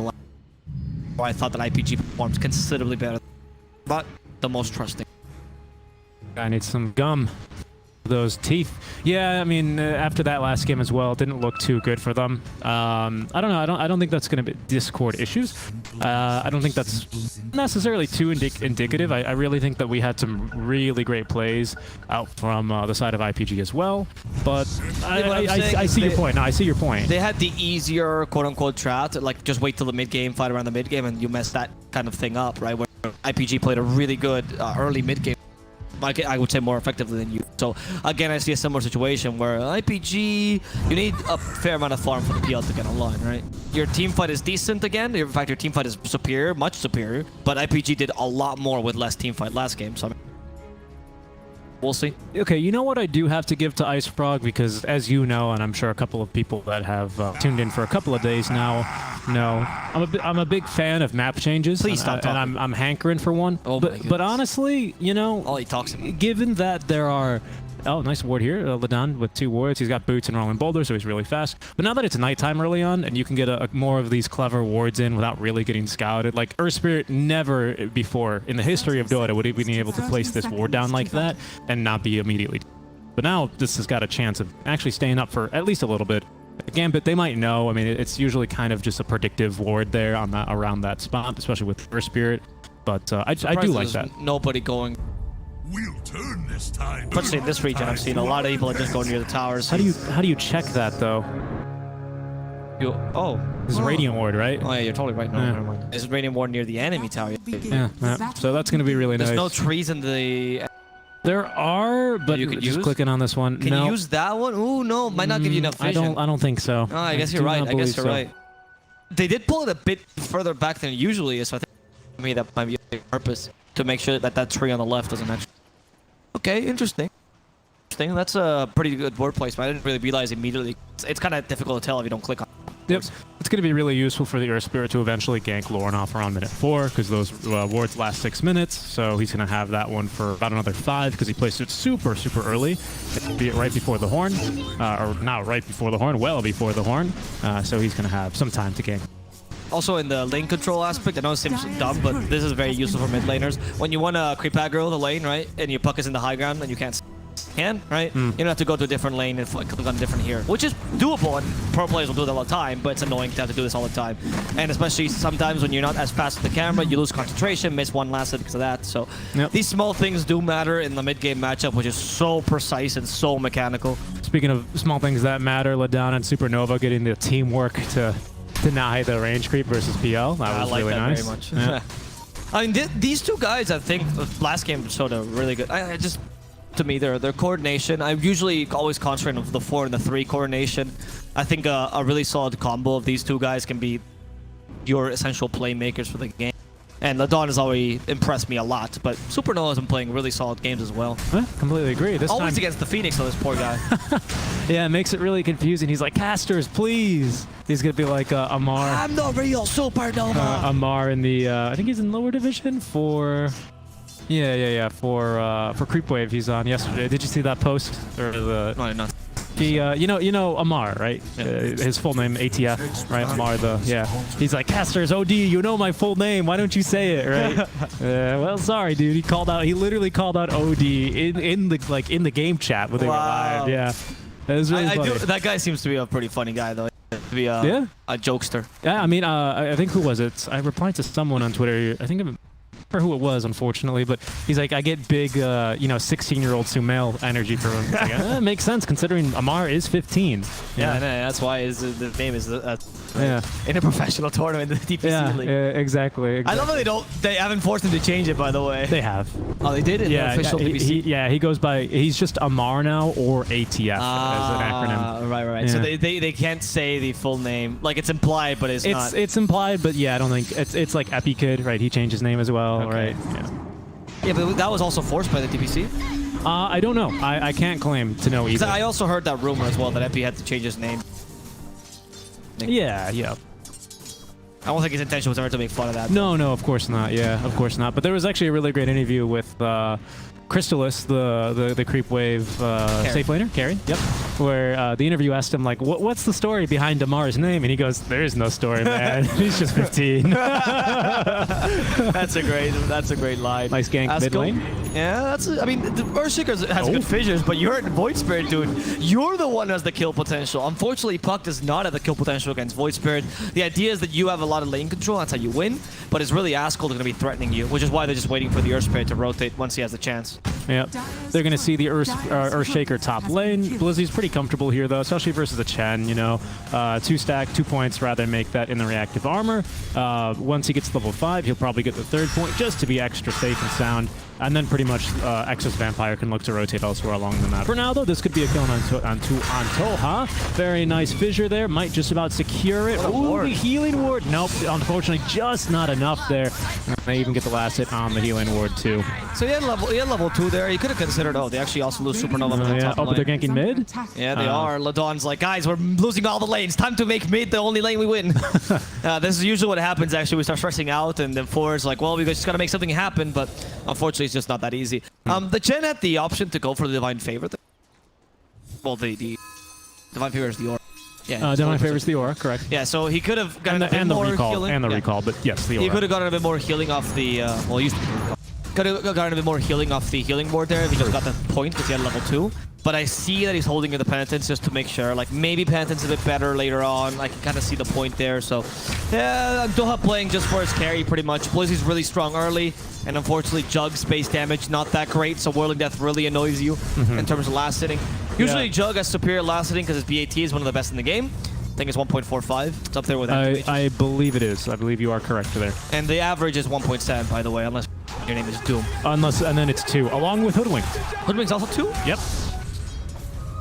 I know. Actually, I think nerf her more. Make it 2.5. I've not really taken a deep dive on the hero because it's not in captain's mode yet, so it's not like really relevant. But yeah, it's 2. I noticed that the other day. Oh, they get a kill onto Ladon. Lorenov's going to live though, as Excess Vampire was going to be here just in case they needed him. They swap around. Excess Vampire is like, it's my turn, like a WWE tag team here. Yep. And now Excess Vampire is also being pushed out of the ring by Void Spirit. Oh, he is. Askel just murdering whatever he sees in his path. He wants to go for the rune. Askel probably didn't guess the rune was still active. And he can't get the kill there either. He could have chased, but he didn't want to waste that much time. No, of course not. He's actually applying really good tower pressure here as well. This is with the first wagon. It gets like maybe 5 or 6 shots in. Now whatever, 5, 6, or 7, +1, whatever my estimation was. And that's not a bad amount of damage. 600 with the first wagon is pretty nice. Askel there, he did commit a lot of the mana though, with Arcane Rune of course to push. But that's going to be a big win here versus the Puck. You're pretty happy to have done that. 3-hero spot lane though, as they nearly kill Blizzy. Instead they're going to try for Rari. In ward though.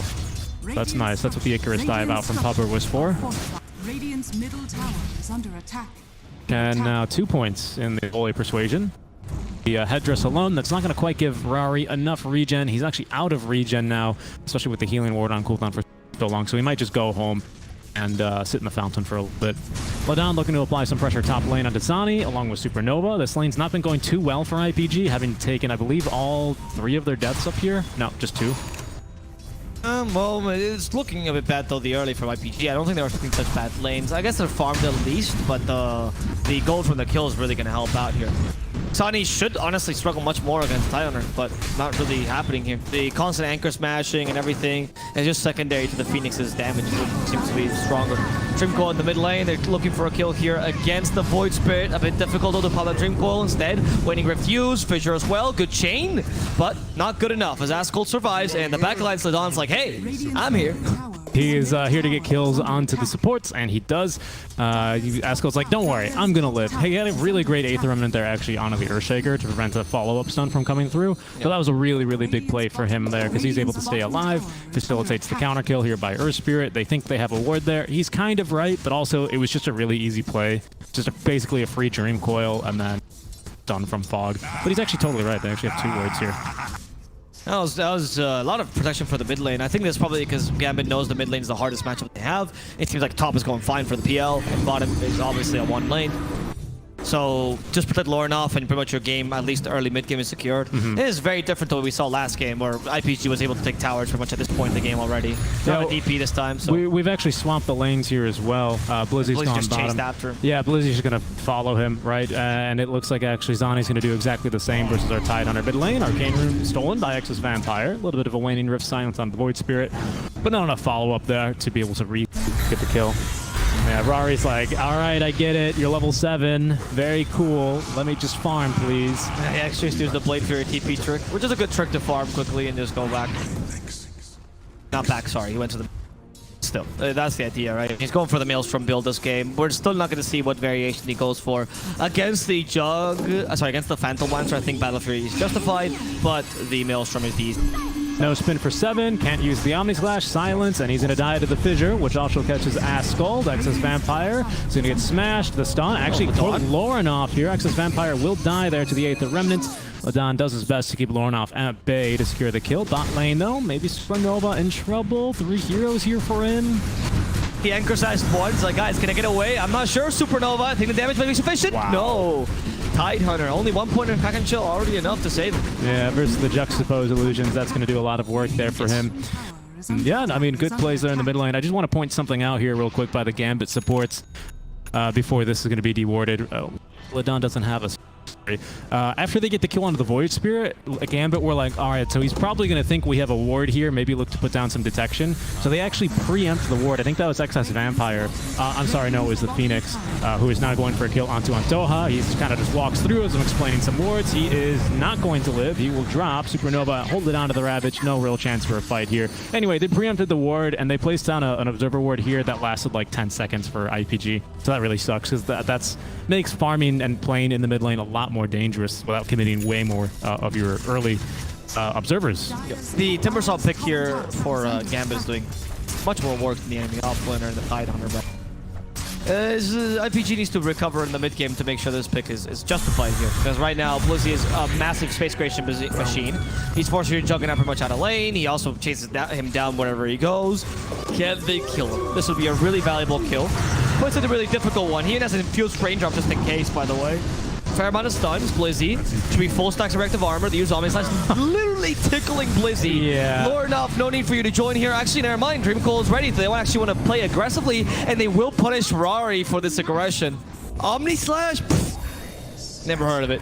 Yeah, it doesn't really bother him that much there. And like you said, kind of just tickling him. As you said, max reactive armor stacks, level 4 as well. So it's so much bonus armor. And yeah, our Jug just really doesn't do much there whatsoever. Unfortunately, he's going to be regretting that one. Bottom, what's going on here? Oh, Supernova just being a little bit annoying to Zani. Now he's really starting to kick his butt a little bit more here, especially with the Gush.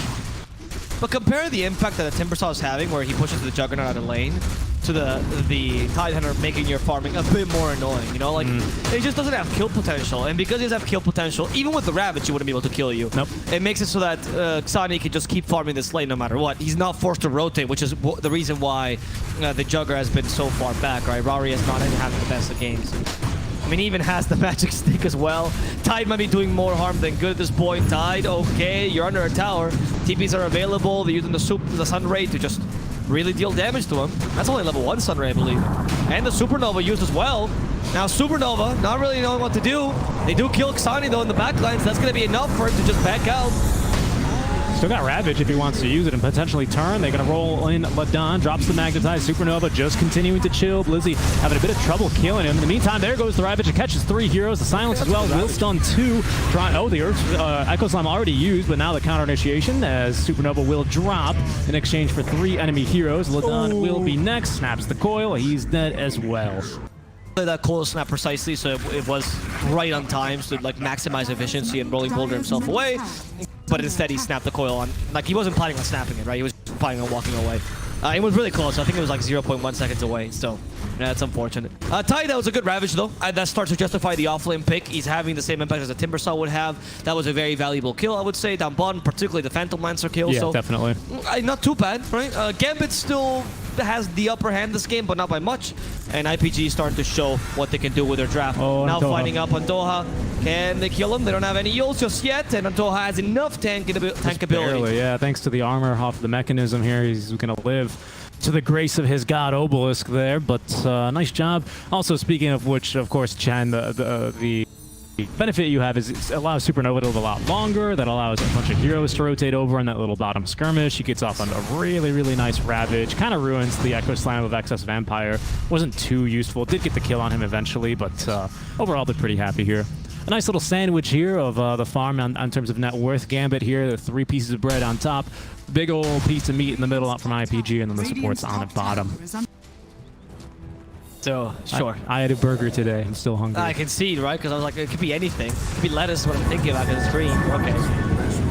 Earthshaker. Gonna die here alone. Not much Excess Vampire can really do. Forces the second astral step, though. That means he can't really fight versus Blizzy. I don't think he wanted to either way. Antoha's going to eat a Dream Coil all by himself. Ladon down to the low ground. He's been hit by the Diffuser Blade. That's now up by Zombie. Oh, what Icarus dive.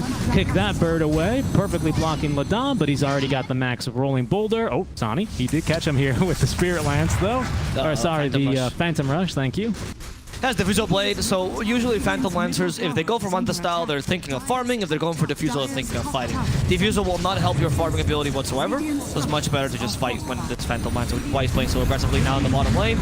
We actually see an initiation onto Lorinov. He has the waiting Rift though, now silencing Ladon. and that will guarantee the kill onto the enemy 4. And Xani is looking for the kill on Ascold as well. A bit difficult, so instead he's just going to clear the creeps that Chen has gathered over the years. Work for the Chen.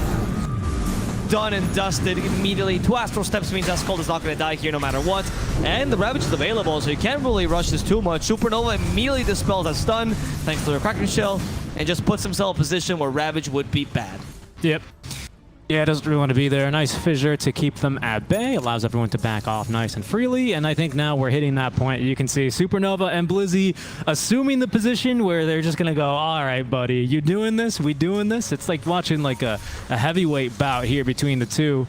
Right now, he's just going to let Blizzy farm the wave, and then Supernova's going to stand in the same spot and then farm the wave. It's going to be a very fun couple minutes of Dota here until they decide to fight each other. Blizzy does have a 2-level advantage here over Supernova, just because I think naturally, well, actually not naturally, Blizzy just had a better early game, man. Hey, it's much better early game. I mean, we saw the impact. I think Supernova, though, the one advantage of having a Tide is that even if your early goes badly, you're still a useful hero, right? Compared to a bunch of other offlaners. So it's not really that big a deal for Supernova to lose the early. I mean, you don't want to sacrifice your life here, though.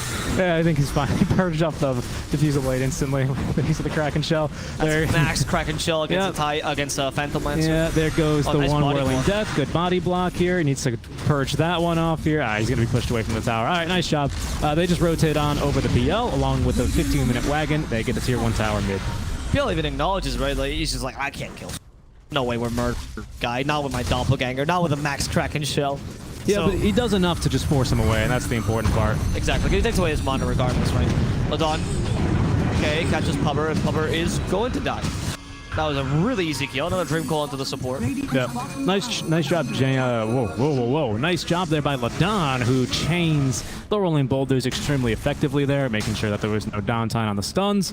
Looked like our Phoenix was a little bit slow there on Icarus diving away. Either way, it was going to be really, really hard for him to live there. And they even used the Dream Coil. So right now, Wait, can you chuck a puck again? Yeah. Wow, look at his build.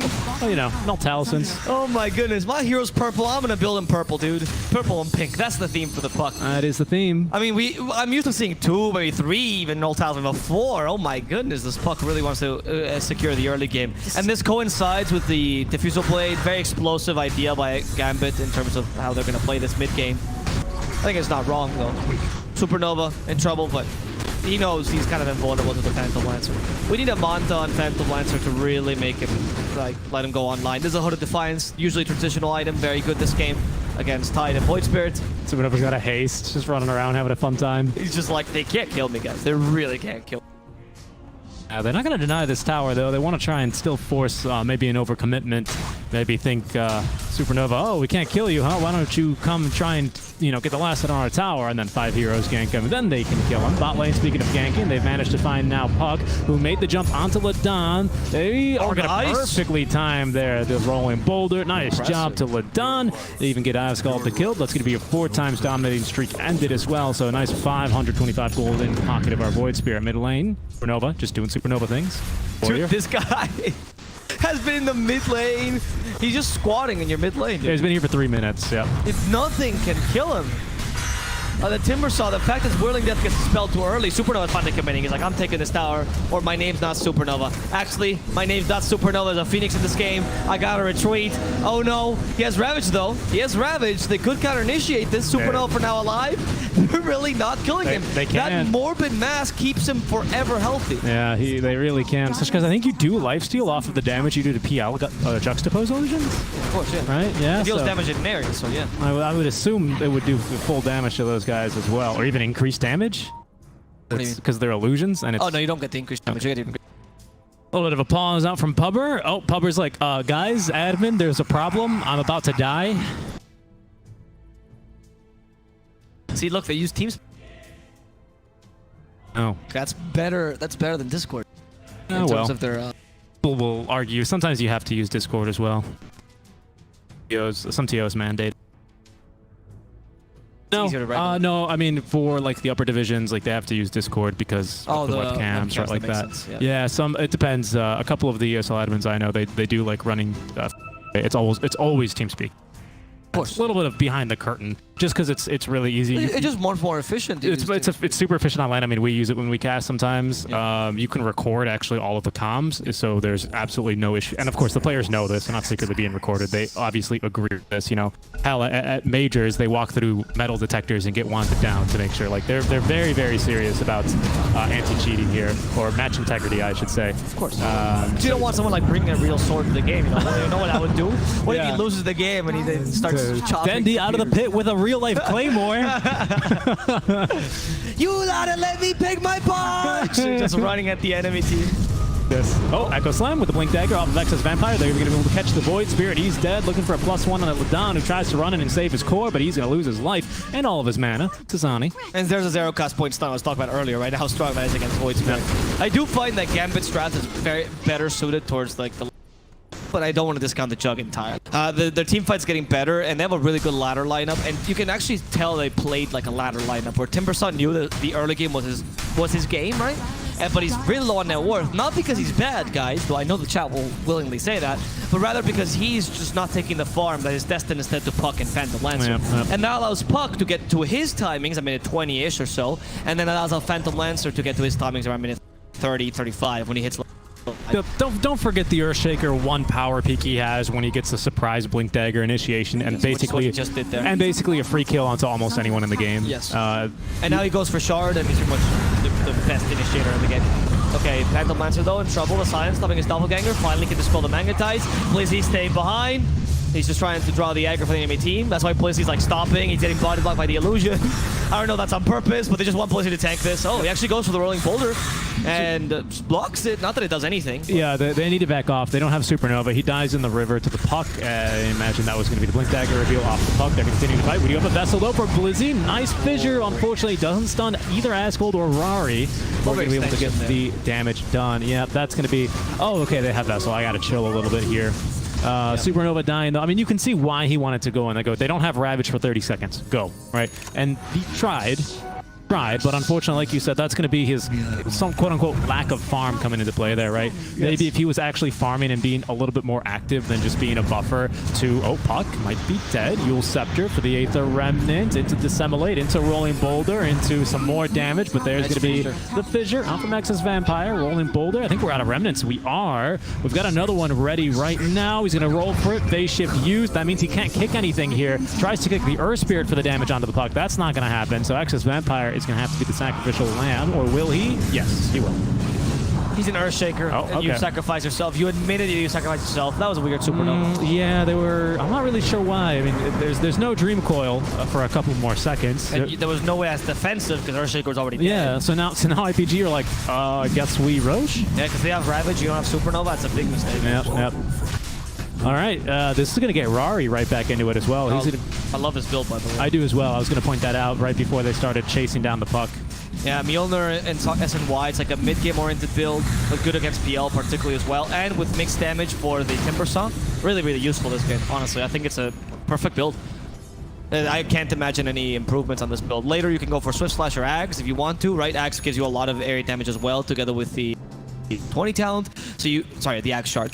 So you usually go for the Axe Shard later, and once you hit level 20, and then you also have that plus the Mjolnir, which makes you kind of tanky. Nice play by Gambit here. Over there is going to be the Echo Slam. They find one. They're going to be hoping for Askel, but they got the Hand of God healing. Yule Scepter to purge off the silence. Ladon, however, is going to die in the meantime, but still leashed as Askel as he's going to be looking to run. Ravage now counter initiation from Supernova. Lornoff's got the BKB though, as they will get the kill onto now the Phoenix. Rari though, he's going to actually be baited around by the doppelganger of Zani, who's now running for his life. Great fissure. Fantastic fissure, but Askel has the Astral Scepter to cross that one easily. Zani needs to regen a little bit before he goes back in. A three-man Waning Rift as the Earth Spirit has bought back in the fight. X's Vampire all of a sudden finds himself between 3, maybe 4 enemy heroes. Gets a nice stun off on the 2. Blizzy's still got plenty of mana to play with here as the Earth Spirit will run out of life. That should be this engagement. They're hoping to try and find the Puck. Ladon, having bought back, really wanted to get a kill here. They're going to go for Zani at the Doppel in 1 more second. The Yule Scepter to set up here for the Aether Remnant, but Blizzy's going to tank that one for his carry. Lornoff continuing to try to do the damage now as he will be chased down by Asgold into the small camp. Zani, though, they find the real one here with Ladon. Another Vessel charge is applied. The spin to win for Rari. He's going to get the damage done. Ladon taking so much damage, will eventually fall. Everyone's so low, but they will not be able to get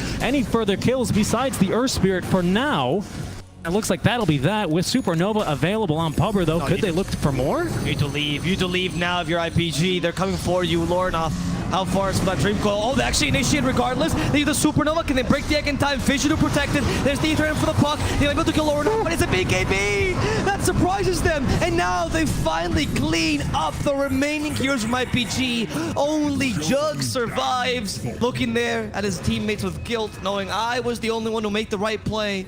But Gambit ended up cleaning that up because IPG just overextended. There was no need for them to stay that long. Yeah, they really worked hard for that Jug kill, or sorry, make that the PL kill, and they got it. They earned it, didn't they? But, I mean, look how much damage. Oh, unfortunately, I snapped away before hovering. Puck did so much damage in that fight. Everyone was kind of ignoring Nornoff. They're like, don't worry, we'll get to you eventually, Puck, don't worry. But the entire time, 3 4-man Waning Rifts, 3 4-man Illusory Orbs, phase shift attack onto everyone, right? That damage really adds up, especially because of the Witchblade projectile as well. Now, even Gambit, they feel strong enough to go for Roche. They don't have Echo Slam, they don't have Supernova, they don't have Dream Coil, but there's also no Ravage. They're very close to Echo though, 20 seconds, same as Ravage, so by the time that they go into the pit, they probably will have their abilities. I don't think it's that big a deal. I don't think IPG can defend this in time. A lot of damage here coming from Tuxani, and that is going to be the shot falling Aegis in Tuxani, and that is going to be an initiation as well for Gambit, it seems like, as they're going for Rari first. Difficult kill. Supernova, I would say equally as difficult. Nice visual, blocks him off. He breaks the Dream Coil, it doesn't really matter. The left 4-step saves him immediately. That was a really good pickup, actually. Was that his 4-step? I do not know here. We'll check in a second. Yeah, it was. Okay, and Toha running, dying. He's dead. Pops the mechanism, unfortunately, to try and burn more of his mana, give him more HP, you know, get the conversion there, but not going to be a favorable conversion for him either way. Zani is doing way too much damage. He's actually got the full heart completed, by the way. He said, oh, you guys want to go for some long fights? I love long fights. Why don't we? Plus 63 passive regen now. There's no more, like, active, quote-unquote, on hard. There's no more, like, out-of-combat cooldown. It just gives you a flat 1.6% max regen. Which makes it better, ironically. Yep. Because it used to be that pretty much that buff was a bit better, but it was the out-of-combat regen. But Don's like, uh-oh. Silenced up, Witchblade damage. We do not have Dream Coil. We have a Fissure. That's good enough. Enchant on him as well. Oh my goodness, it's a shard now. Yep. Which, by the way, it's also not just the stun that you get through the Fissure, but the damage you get from the Aftershock is pretty... You do, yeah. You only get one, of course, just in case you're wondering at home, because the rings do actually end up coinciding, and it looks like you can stack them if it's in the right place. But No. It's like the old Ags for Ode. Yep, it's going to be the first instance that hits you. So that does matter, because there's a little bit of a travel time. So whatever instance hits you first is going to be the one to stun you up.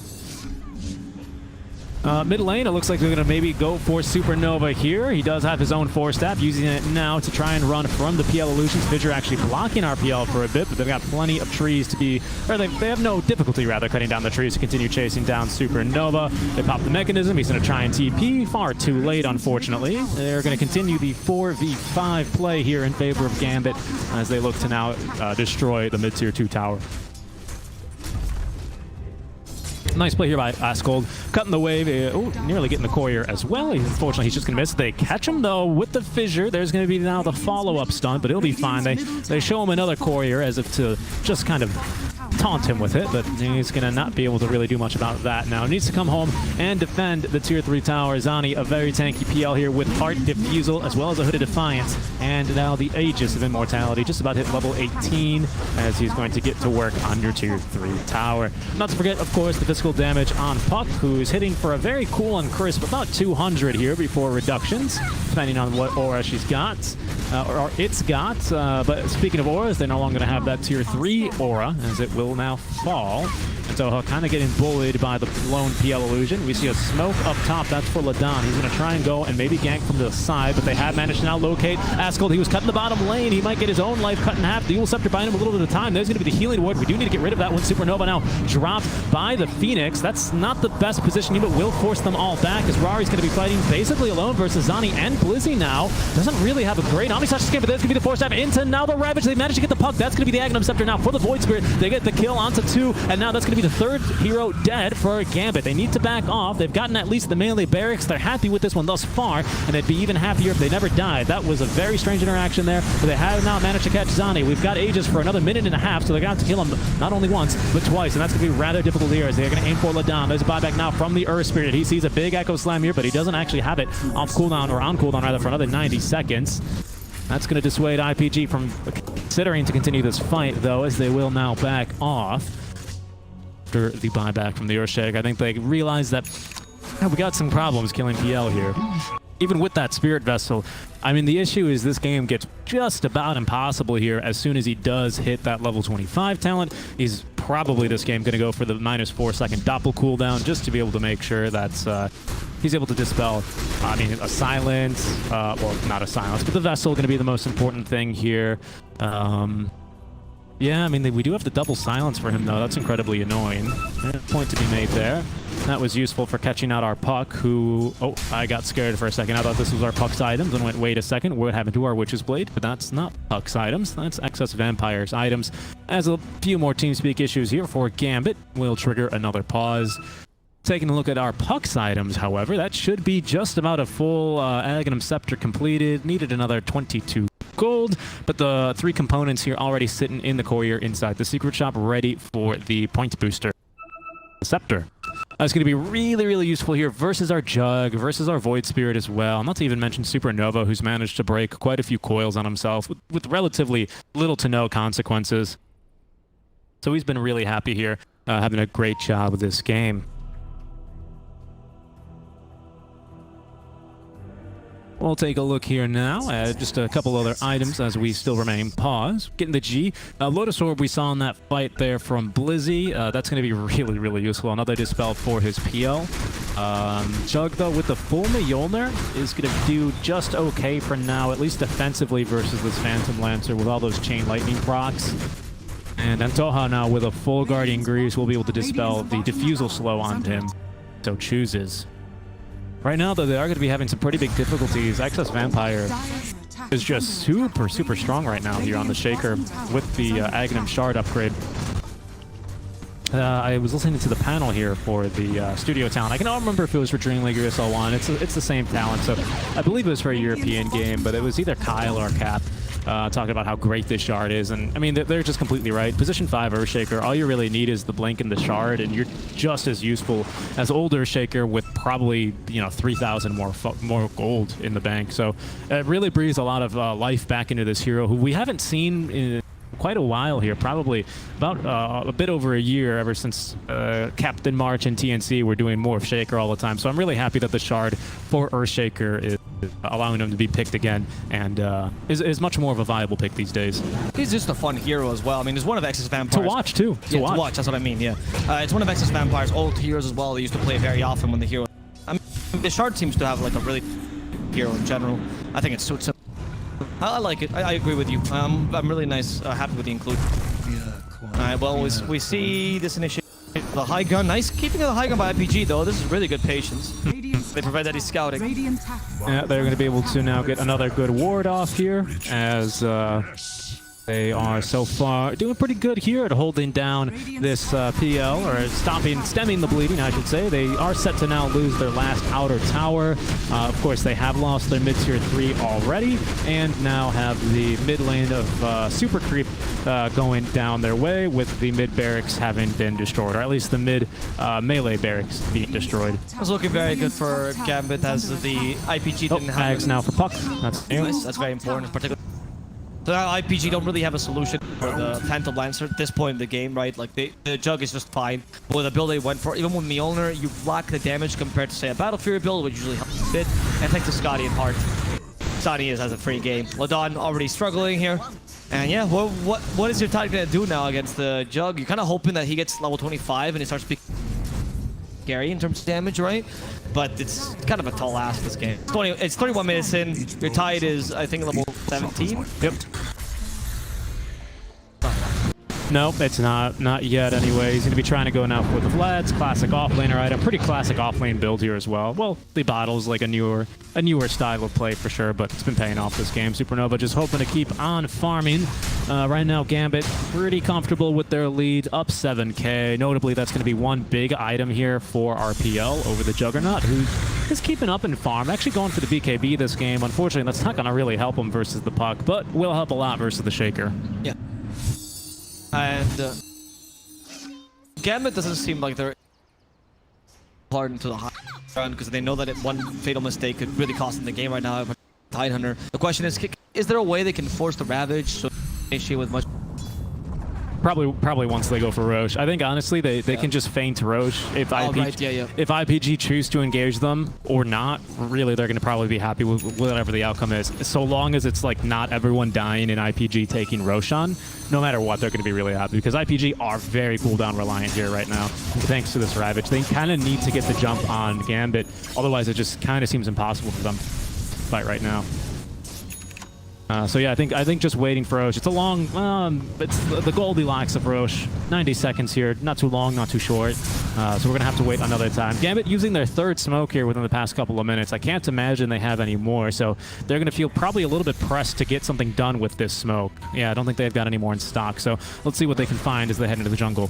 Look at Tidehunter's position, pretty good for the Ravage counter initiation. They catch Ladon though, that's a much bigger deal. However, they do still have the Timbersaw on the back lines, and Blizzy should just die to the Juggernaut right now. Yeah, they killed Blizzy at the same time as Ladon falls. That's near offlaner for a 4. Supernova's already been used. We still conserve the Ravage. He's just waiting out the BKBs. And the Tide, this patience gonna pay out for him. They're ignoring him because he's been silenced. They gotta stop Kasani somehow right now as Jug just spins to win. Supernova almost out of mana. No more Ravage available, but he does have the magic stick to make sure he's threatening.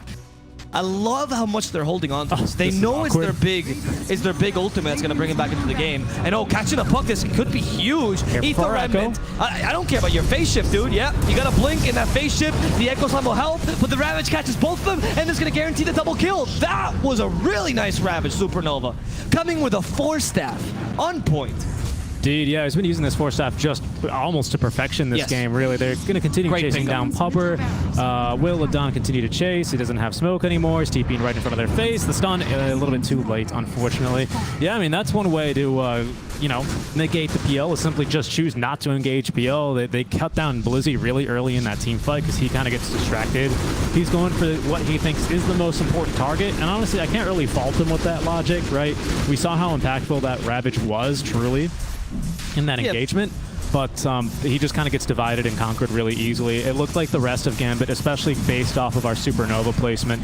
That is Supernova the egg, not Supernova the Tidehunter. It looked like they were more positioned to be fighting here in the upper jungle, if that makes sense. Instead, kind of Blizzy separates himself from the team.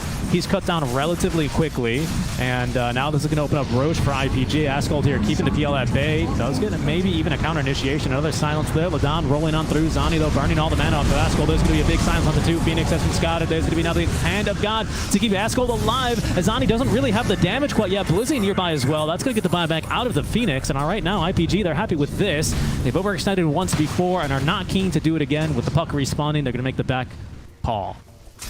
All right, well, that's a good call by IPG. Again, their patience is honestly commendable this game. They're playing a really solid late game. I would say that the issue with Blizzy was not so much his target necessarily, but more along the lines of he just is overestimating how tanky he is at this point, right? Where they have no trouble killing him, particularly with the Jug. And that's because the Jug's build has a lot of mixed damage in with the Mjolnir, which makes it kind of easy to just pierce right through that armor, right? Mjolnir, as well as the Blade Fury, which he had. Of course, that's true. And he has level 20 as well, which means so much more damage from Blade Fury. That's true.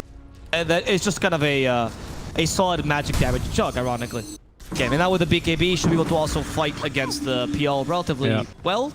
No, I want to see what he gets as like a anti-PL item, because usually after Mjolnir, you get like some item that's particularly against the enemy core. This game, there's a couple options. You go for Scotty for stats. You can go for Basher, just try to bring him down easily. Even MKB is not crazy this game to get more DPS. Yeah, we just need something against him. I completely agree. Last fight, IPG doing really well with their positioning here. I was really scared of an Earthshaker Echo Slam when he had this kind of fissure and like 3 heroes right playing around the fissure. But the blink was on cooldown for some reason. I didn't quite catch what put it on cooldown, but you know, shout out to whoever did that by IPG, because that was obviously hugely impactful. He gets off an Echo Slam he thinks is the best one he can get.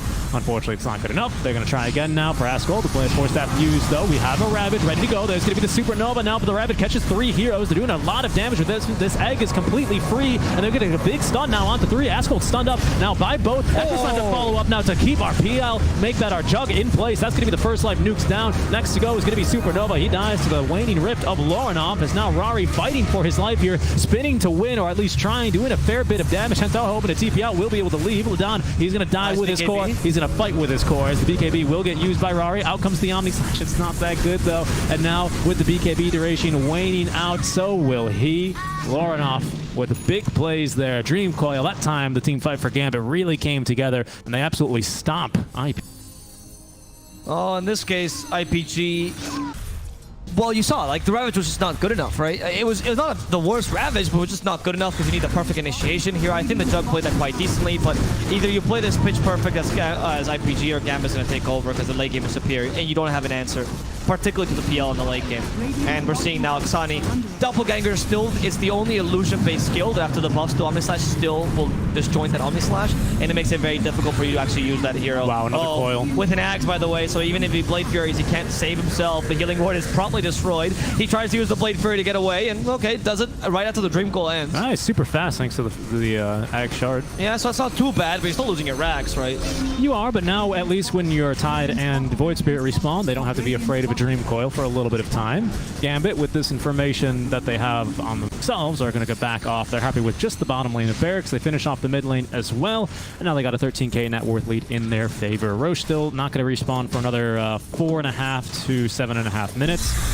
So really, I think we're just going to see Gambit try and set up sort of the late game chokehold here on EG. Yep, now you control the enemy triangle, and then you push mid and top, because top is the last lane you have to play. Usually the off lane is the last lane you take when you go for mega creeps, and you just take over the enemy triangle, push those two lanes, and put pressure simultaneously, as the enemy team can't really fight you in the high ground, unless Tide does an incredible Ravage. Like, you have still one last chance for IPG in a really good team fight, but it's a small chance, and it's made even worse by the fact that Zani's got the Minotaur Horn, which is so good, because sometimes... I mean, even more tankiness, hello? Yep, and PL doesn't really want to build a BKB because it puts basically a spotlight on which one is the real one.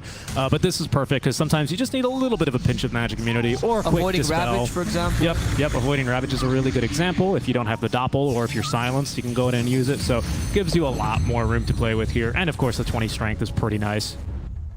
20 strength in this game, I would say, is actually super crucial build to Juggernaut.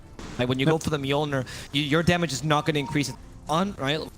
Obviously it does, but like the actual, you don't use the crit or anything to your advantage with Mjolnir. It's just a stable damage from the lightning, which I think is 185. Which of course, the more you tank with HP or Phantom Lance. So the more you tank, the more HP you get, and the more you can tank this damage, the easier it is for you to survive this onslaught. And if you had a Battle Fury, this could be a bit different, because there's a more DPS increase with that build. With the Mjolnir, it was a good idea, I think, considering the weakness of Battle Fury nowadays, but this is the limitation it presents. Yeah, I thought we were going to see a jaunt onto that Illusory Orb. IPG, they're going to head into the jungle because they really want to get the minute 40 XP bounties here. I don't know if it's worth losing your 2-3 tower and last lane of Barracks over, but they're going to use the Fortify here for that. Let's see, will they get a level jump out from this onto any of their heroes? Doesn't quite look like it. We do have level 3 Chen at the very least. Let's switch over to buyback because that's going to be the most important thing. Supernova might need to use it now, but no, he's got the Force Staff to get outside of the other fissure. The Force Staff, they know they can block, you know. This is what they're going to try to do, take away his mana. Very good play by PL. Supernova, you're not the ideal tank right now because you need the mana for the Ravage. And they just took that away from you. BKB used by the puck just to prevent the Ether Running from being effective. But you're only going for these racks after all. There we go. That's melee racks done. You can honestly retreat. Range racks are not that important. They're only important for the megas. No, but like you can just wait. Yeah. You know, you can use the puck to just deal damage to them slowly and steadily. And there's the lack of the Force Staff. Very noticeable. Supernova in trouble. Has it to the high ground. No mana. And the Sun Ray is slowly killing him. Chalk him as well, but Supernova will barely survive. Just send illusions constantly to push this range rack, because you don't need to actually kill yourself. Camera. Camera cannot take the illusions. Can't take it. Too many illusions.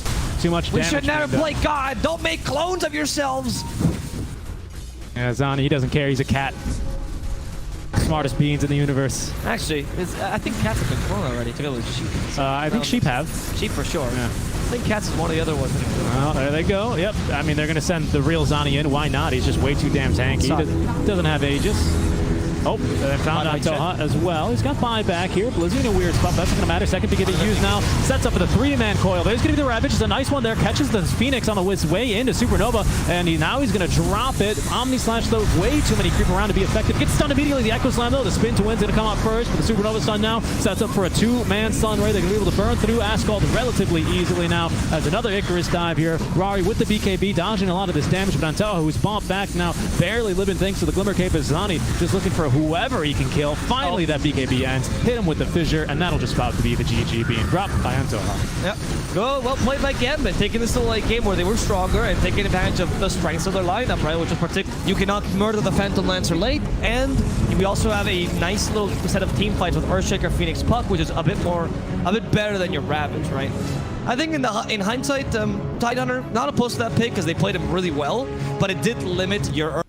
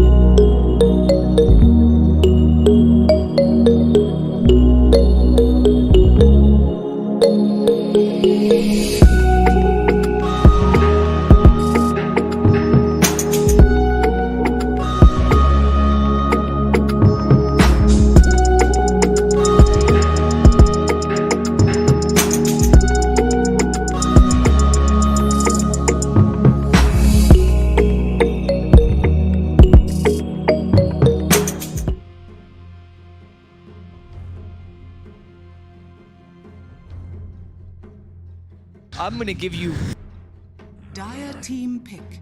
Tetanus. Yeah, thank you. Actually, that's exactly what I was thinking. I know it was, because that's the thing that everyone is trust. And that's why you didn't throw those headphones at Radiant me. team pick. 3, Pack. 1. Hello guys, and welcome back to the Eastern European DPC League. We're here in the lower division watching the final match between Imperial Pro Gaming. Yes, hello. Secret Strike and Novel Plus on the call with you on the drive. Thank you for tuning into our van coverage here as we road trip across Eastern Europe. We do have a draft underway, though. Let's just, honestly, I mean, there's so much traffic, we can kind of just put it in park here and pull right into the draft, why don't we? I don't think anyone will mind. Why are they honking behind us? Why are they honking? This is why Moscow has a bunch of traffic. There's just a dumb American in the middle of the road. It could be, it could be. We'll take a look here, though. Already asked gold. Yep, okay, so we're going to go pretty much back to the old draft here pretty quickly. Wait a second, just wait a second. The Pucker Shaker is a nice starting combo again, but they give him a solid team fight, right? And as I mentioned in the...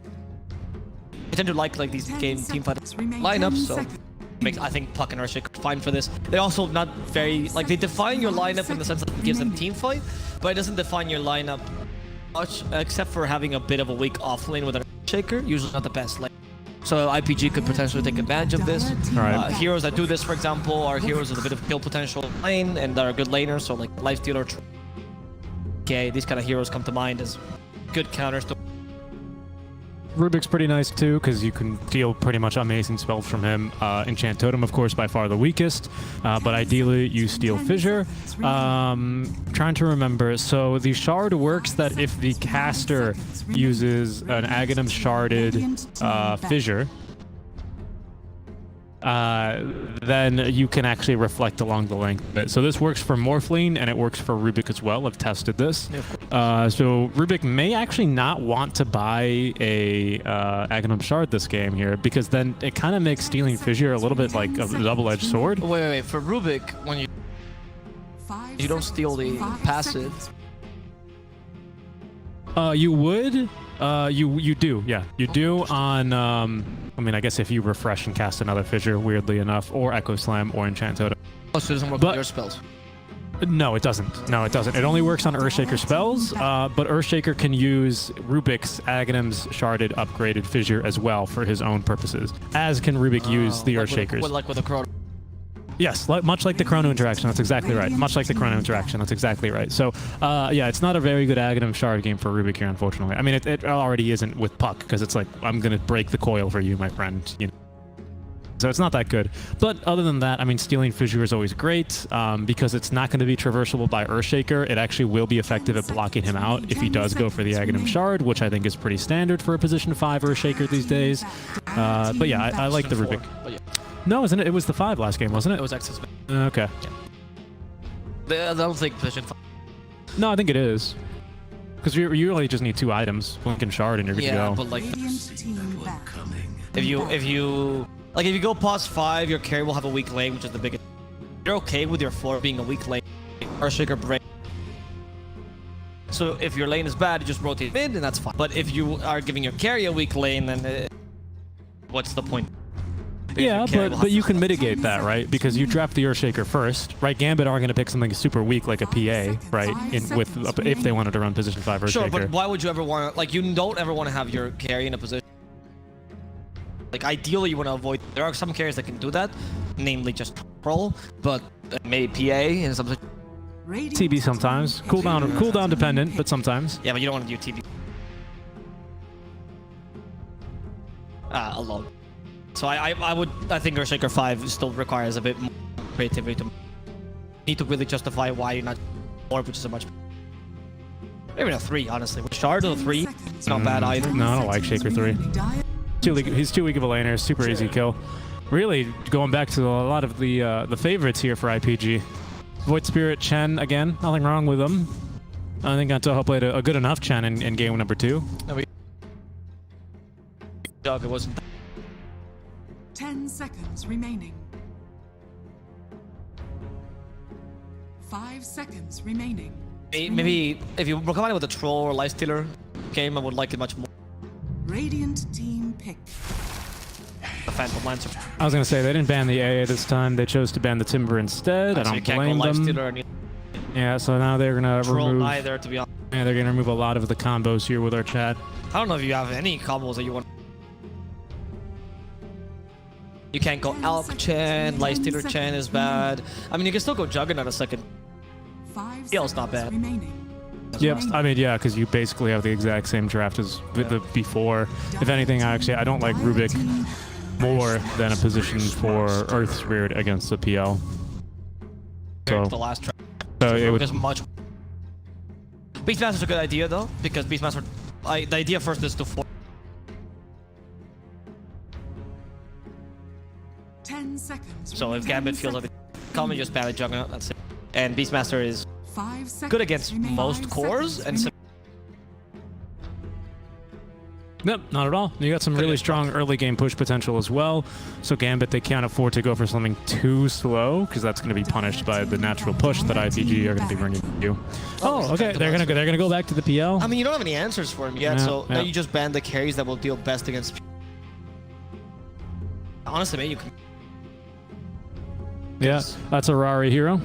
Played a ton of it. I mean, every carry did in the last patch, right? When Sven was in the game. Is just not that bad. Like he's definitely not top tier like he was last 5 seconds. carry, but against the PL in this draft, yes, Puck is a bit no. B. Think of other heroes because obviously Ember is a pick. Is usually against Phantom Lancer. Well, but the ancient.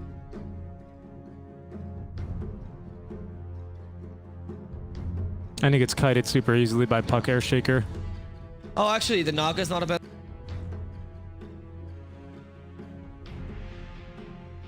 10 seconds remaining. And you don't have much of a combo for it. Oh, but not against 5 Earth. seconds remaining. Naga's bad. Shaker Puck will. I'm thinking, and I'm just. My mind is closed on the Phantom Lancer, and I'm thinking of how they can deal. Dire team back. Yeah, Naga's decent against.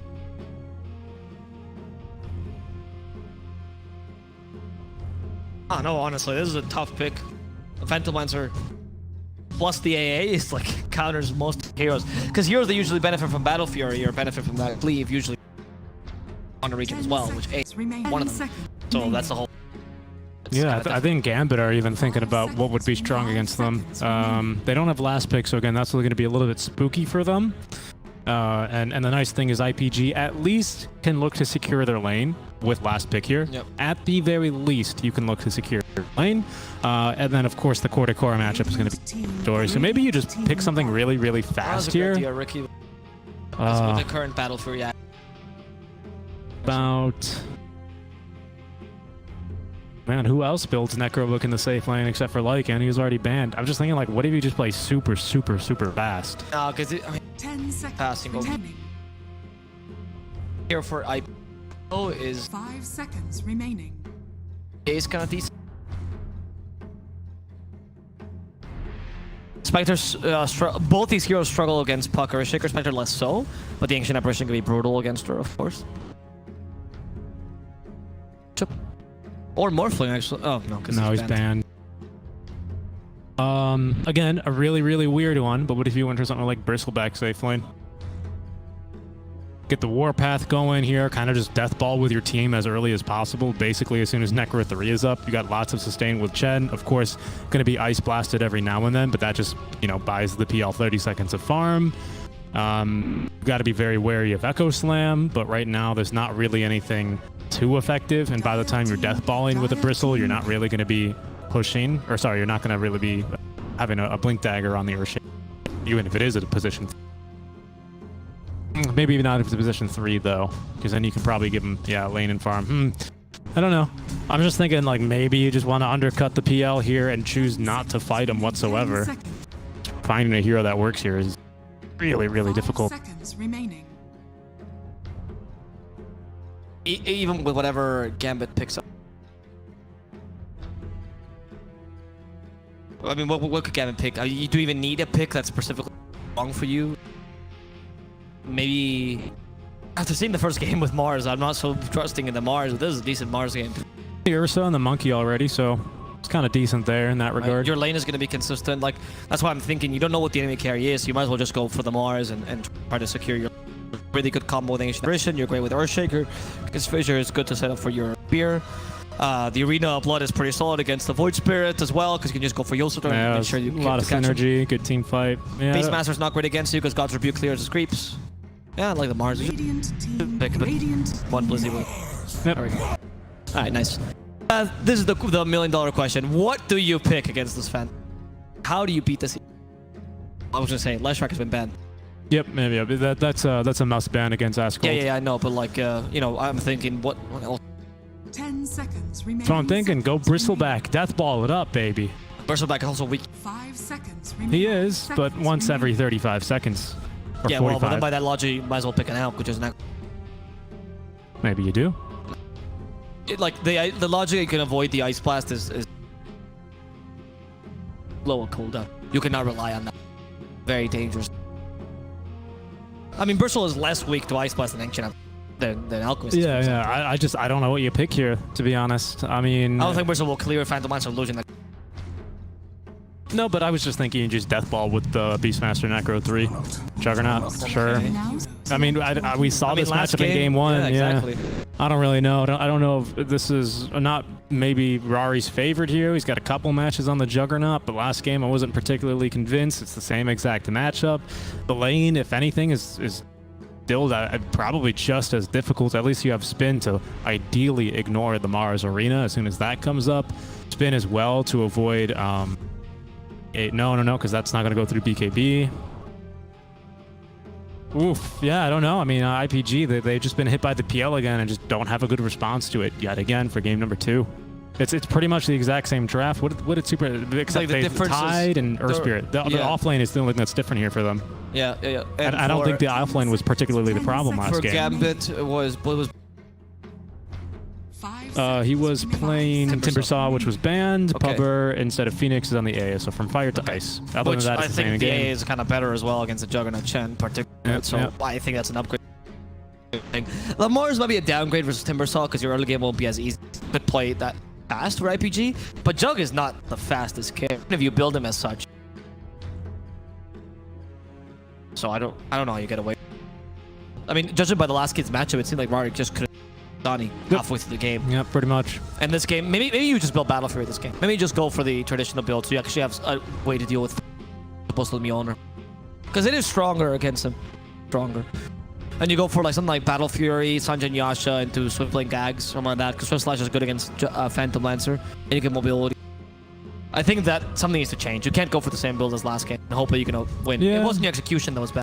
I mean, at least this time around, he'll ideally have a bit more space for, thanks to the Beastmaster, rather. He's going to be able to at least provide more active pushing. That's the thing with the PL, that's the thing with Timber and Tidehunter, rather, is that they provide you with some pretty passive push, right? Mainly, they do their damage. Yes, they do some right-click down tower damage, but mostly they just cut the creep waves and tank, right? And the creep to push the tower for you. Yep, and Mars does have more of an active presence when pushing, right? He also can cut lanes, also has some decent damage and can tank the tower much better than Tide. Well, I want to say much better, where the creeps are nearby.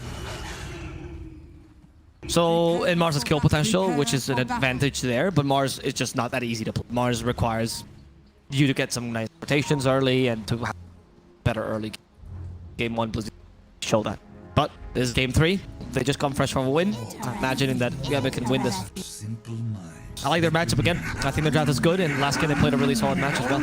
Yep. We'll see. I'm eager to see the inventiveness or the ingenuity here is a better word for IPG and how they look to try and overcome the PL. That was a problem last game, and they've kind of given themselves the same tools this game to deal with it, with the difference of Vic and the Beastmaster. So, but reluctantly so, right? You could tell that they didn't want to pick the Jug at the end. Like they kind of just stuck a while and like, what's good? Jug? Yeah, Jug, right?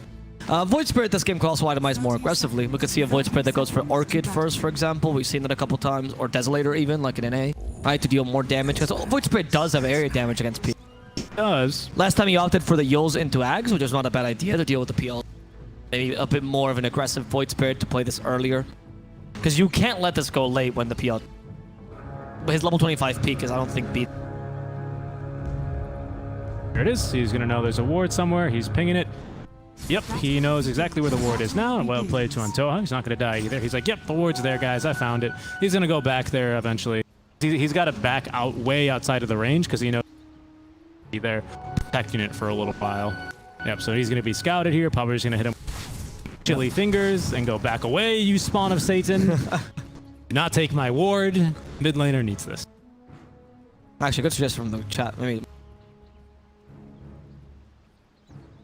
Yeah. The issue, of course, the Eclipse is weak. It's the thing that you picking a hero where your ultimate, in this case the Jug, is just useless, right, against the enemy. Can the can the glaives off the bounces? Can they move through Mars Arena? Because I know those. Yeah, they do. They should, I think. Actually, I don't know that interaction. I don't know. I don't know either. I know it's quite unique, that interaction. But it should, because other bouncing abilities, like particularly Glaives of Wisdom, does move through. Blocked. So. Jug, speaking of getting blocked, in trouble. Nice fissure, but we've taken God's Rebuke level 1 to be able to nuke wave and get basically a free first wave. So Jug's gonna be able to farm under tower here pretty easily. He just needs to back off and not die here. The Chen was on a dewarding mission here, which is fine because this combo pushes the lane easy. Get some creep under the tower and. Yep.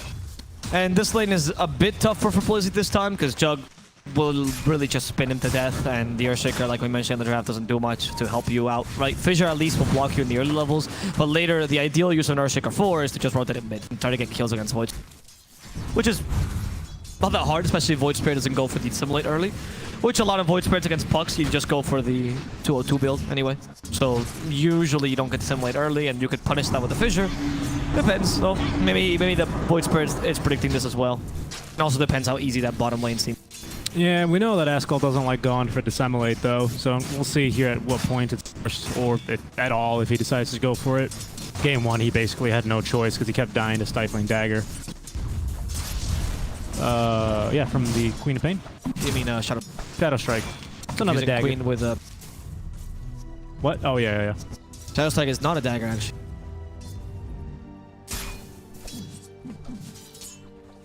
I mean, if someone's like, there's a difference, officer, he stabbed me with a dagger, and the guy's like, it was a knife, and then the judge is like, he's not guilty. That's described Spanish system. Sounds a lot like an anime, which you were watching in between games. I was not watching it. But if it was, I would be watching a quality anime like Demon. Isn't that hype, boys? I mean, come on, guys. We're watching Demon. Very solid. They've commented it to me a bunch of times. I'm finally watching it. Thank God, dude. Top. Anyway. Don't bring up the weep topics. You don't want to be weeped out. Oh, goodness. The bottom lane is, like I mentioned, just difficult for Mark. He's going to catch enough farm by virtue of existing and polishing the wave and, you know, pulling like this, interestingly enough, but you're not going to be able to beat the Jug like last time, and Jug will have an easy game. Ideally, if Mars can get farm, and it's not too bad, I think that excess Vampire should mostly prioritize staying in this lane. I mean, you might not even protect the minute, depending on what you think, because it's so important to get this lane out to a good start, and honestly Puck is screwed anyway, so you might as well not care. Yeah, I really like this strat. They ran this last game as well versus the mid lane Puck, where they kind of just park an Ogre Frost Mage mid lane and just keep adding stacks of the Ice Armor onto Asgold. Yeah. It's pretty useful. Laronoff does, as the Puck, get a lot of damage done.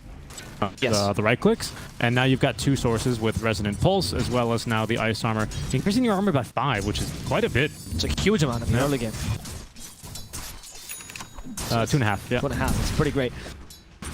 It's more than Vlad's, honestly. Earthshaker is rotating mid, so he's going to secure the minute 4 rune, but I don't know if that's going to be enough to ensure the Puck has a good lane. I don't think he can even do that, honestly. Chen is a bit more threatening than Earth. And Ascold's here too, with Max's Vampire's like, well, guys, I tried. Yep, Ladon's going to rotate on over. Everyone rotates for that minute 4. Yeah. They know that this mid lane for IPG is pretty much... 5 armor. You can see the Frost Mage just kind of chilling here. Adder. I'd have just given Asgold, you know, shared unit controls. Like, do it yourself. You know, I can't be bothered. Dota? Yeah. Oh, pretty sure it's yeah, you definitely can, because you can still block health, and it's the same menu. Sorry, I've never done this since Dota 1, so. Yeah, it's been a thing for a long time. Yeah, otherwise you would just get griefed all game by like OD Shadow Demons, right? Has been Well, yeah, but you can turn it off. I so. didn't know that was gonna happen. Yep. Wait, I don't. Oh, here it is. Oh. Normally, or that's shared content. Show shared content. Here it is. There you go. Yeah. Oh, interesting. Yep. So I guess they're not sharing it. So good to find out. That's pretty cool that we actually see that though. Oh, do we? Yeah. Oh, I don't know if that updates necessarily. to be Well, honest. I would expect that, right? Because otherwise, why it's in the Yeah, it's in the but score you would also expect like whenever you use this that show and hover over a BKB, it shows you the wrong BKB charge, right? Not quite one to Abdul one. has dead in the bottom lane, easy first blood. Good rotation by the puck, and rotates to the right lane as well, because you rotate to the safe lane, you can put pressure into the tower as well, which is the ideal rotation for a mid laner this early. And this is the one advantage Puck has over Void Spirit. You are faster in general, so you can rotate much quicker than Void Spirit and try to create pressure before he does. So even if your lane is bad, you can make up for it. Pubber will get the cold feet, he won't, and Pubber should be dead. Telekinesis brings him back. Quick fingers on the Rubik, and no need for the Fate Bolt. Goodbye, Pubber. Yeah. Lornoff is a little slow to rotate back to the mid lane, but it's not that big of an issue. The tower's only going to take a little bit of damage here, just about. Asgold as well, looks like he ran home. Didn't go for the bottle this game as they get a kill into the off lane on the Mars. Now the Omni Slash, Access Vampire, nice job there. Just walks back on over to the creep wave and drops the tip onto Rock. Gonna spawn bottom. The Puck is gonna snag it and not get caught by the 8th Remnant. Has the Haste Rune now bottled up, ready to go, as they have managed to get a lot more damage onto this tier 1 tower with the 5-minute wagon. Yep. So they're gonna rotate the supports here and try and maybe get a counter kill, but rather Asgold's gonna lane for a second kill. Yeah, the one thing that they took advantage of in the Beastmaster thing is that he is really good against Tank Operation lane. So they managed to bully him out of lane pretty well. Get some decent farm for Supernova, and now can start spreading the PL. Early on, Beastmaster's still pretty useful against you. However, Earthshaker, no, they're actually looking for a smoke gank here, and they're actually going to go here for the Beastmaster instead. And the Hunter becomes the hunted as Void Spirit. Yeah, you shouldn't have been searching in the shadows. You should have just gone in. Oh, he tried. Risk it to get the biscuit. He tried, but they were scouted by a ward right No, here. I know. I'm just, my point here was that he just, a long patience that he had, which was the right play, led to a nice little smoke. Yeah, I think they just should have backed off as soon, because then they already have the intel, right? Puck is going to be like looking to make maybe a counter rotation, if not top itself, but maybe bottom, right? Because Rari currently unprotected, and they see that because he's already in the jungle with placed here. He's looking to farm up his mechanism ASAP. Yep. He's going to be okay versus the Mars alone, especially thanks to the healing ward, but you know, a +1 here just about. Oh, you can always spin teep though. Yeah, you can. The PL's already beating you in farm though, which was not the case in the lane. Recovered nicely. Ornav has been doing such a good. It seems like a Puck, Queen of Pain, etc., are the hero. Very comfortable. And particularly the Puck really stands out for Lord. Another kill up top against the Beastmaster. Oh, yep. Kill him in time. They cleared the Dream Coil, so I think Supernova is going to die. Bot lane, they're going to go opposite now for Blizzy. 8th Remnant will catch him.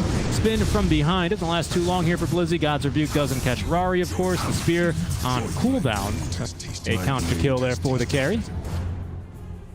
I like so I think these rotations, it might not seem like it, but they actually benefit. Because even though they're equal, technically, Gambit is obviously in a position where they want to elongate this game. Right? Obviously, it's IPG, who ideally would end this as fast as possible. Wants to elongate the game. If you're forced to mirror the Puck rotation to the top lane, Gambit cannot get a tower off this kill. Or, sorry, IPG cannot take a tower off this kill. Because it's the off-lane tower, which is the hardest to take, and also... So, by doing these kind of kills, Puck is still creating space for his carry, because he's murdering the enemy offlaner, make PL can farm nicely.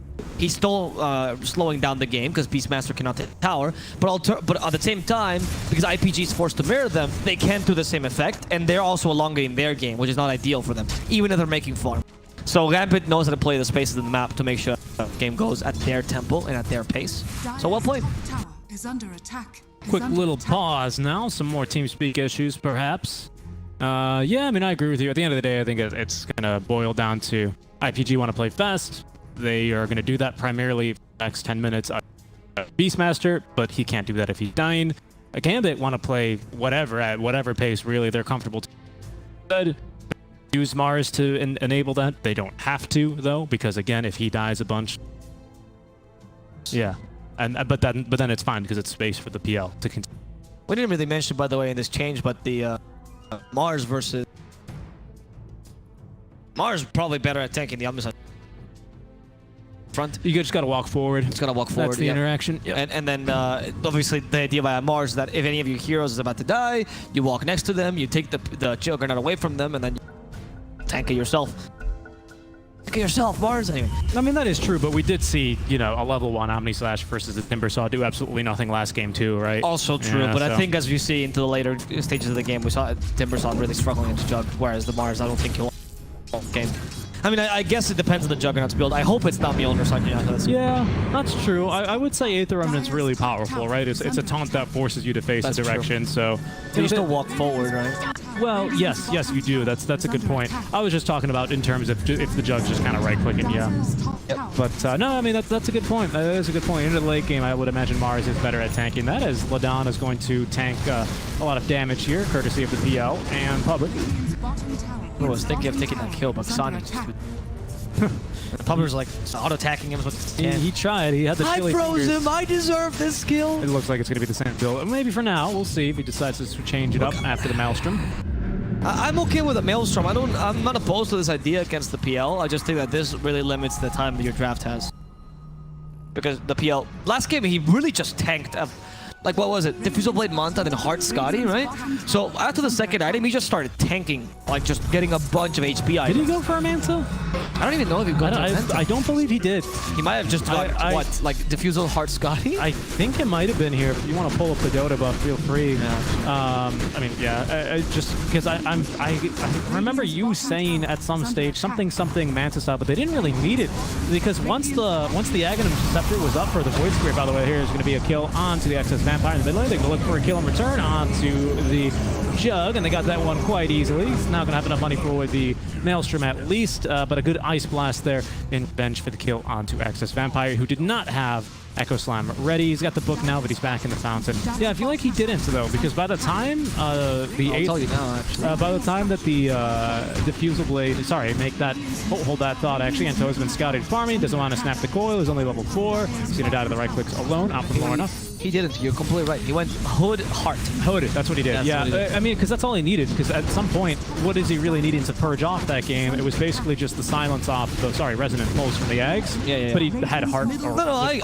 I agree with you. I mean, I don't think the build is wrong. I'm just saying that I mean, that's because of my schema. You know, I'm so used to Jugs going Diffusal Manta that in my mind it's like, of course he went Manta, but actually no, you're right. But that actually adds to my point that I was trying to make. It was so easy for him. He didn't even have to go for the more efficient build on the hero because all he needed to do was tank. He was actually playing Spectre 2.0. He might be doing it again this game, actually. I think it's the right build. Hooded Defiance right into Heart. Like, what do they have to kill you if they go for the Mjolnir build? Why? Yep. Just build Battle. I mean, I don't think Battle Fury is that bad. You can't justify it being built, particularly this game against the people. You know, you need to be able to scale up and farm, and you're not playing aggressively enough that this Mjolnir build will allow you to snowball and win this early. Even with the Beastmaster, which provides you a bit more push than last game's offlane. Less team fight now, because Titaner is not there. You do, but you've got way better solo kill as well, thanks to the Roar.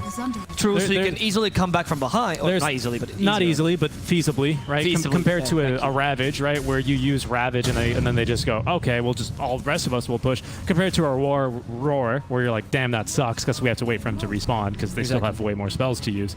Yeah, I mean... And you don't have the best save in your team either, so nothing to really save someone from the Roar. On Gambit, right? Unless you, Gambit. Unless you murder Supernova. That's a great way to deal with the Roar. Can they stop him? Yeah, nice spear, and the illusion should be able to kill him. Super dead. Well done. I mean, that play is like, well, guys, we can't deal with the Roar. What do we do? Murder him? Just kill him. Just, that's the best option. Yeah. Again, it's space to Juggernaut, though. Space, quote-unquote, because that's your space maker dying, so... Really, that's not the way he wants space. He'd rather be pushing tier 2 towers and forcing lots of rotations rather than just dying to an Ice Blast Diffusal Blade. But the point is still quite similar. Askold as well, he's going for the same exact build here for probably the Yule Scepter and then into Ags, I would imagine. I don't know. You're doing the same thing twice. Like, again, the only reason why I'm so confident in the opinions I have this game is because I watched last game, right?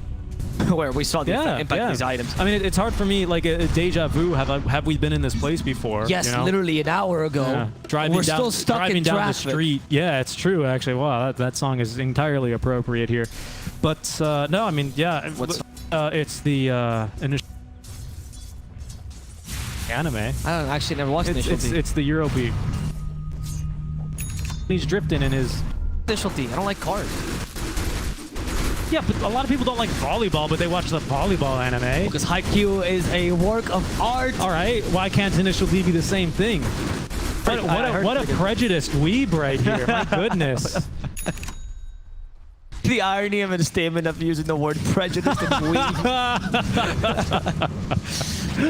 Oh goodness, Okay. here. Well, but time to push the tower. Yeah. Well, they can try, right? But right now, Beastmaster, he's like, well, the last time I tried, I just died. They're gonna go for the roar kill here onto Blizzy. Do they have the damage with the 8th Remnant? They should. Stolen God's Rebuke as well. He might be able to set up an arena. Nope, no chance. Nice stun there from Antoha's little army here. By the way, the comments we put in the chat are completely correct, guys. If he's definitely building Maelstrom because he thinks it's faster on the battlefield. Yes. And you can be active online. Like, that's why it's not the wrong build. I wouldn't say it's wrong. It's just that we just saw a game where they couldn't finish fast enough. And I don't know if this game is going to be the same, right? Especially because Xani itemize is completely against your Maelstrom.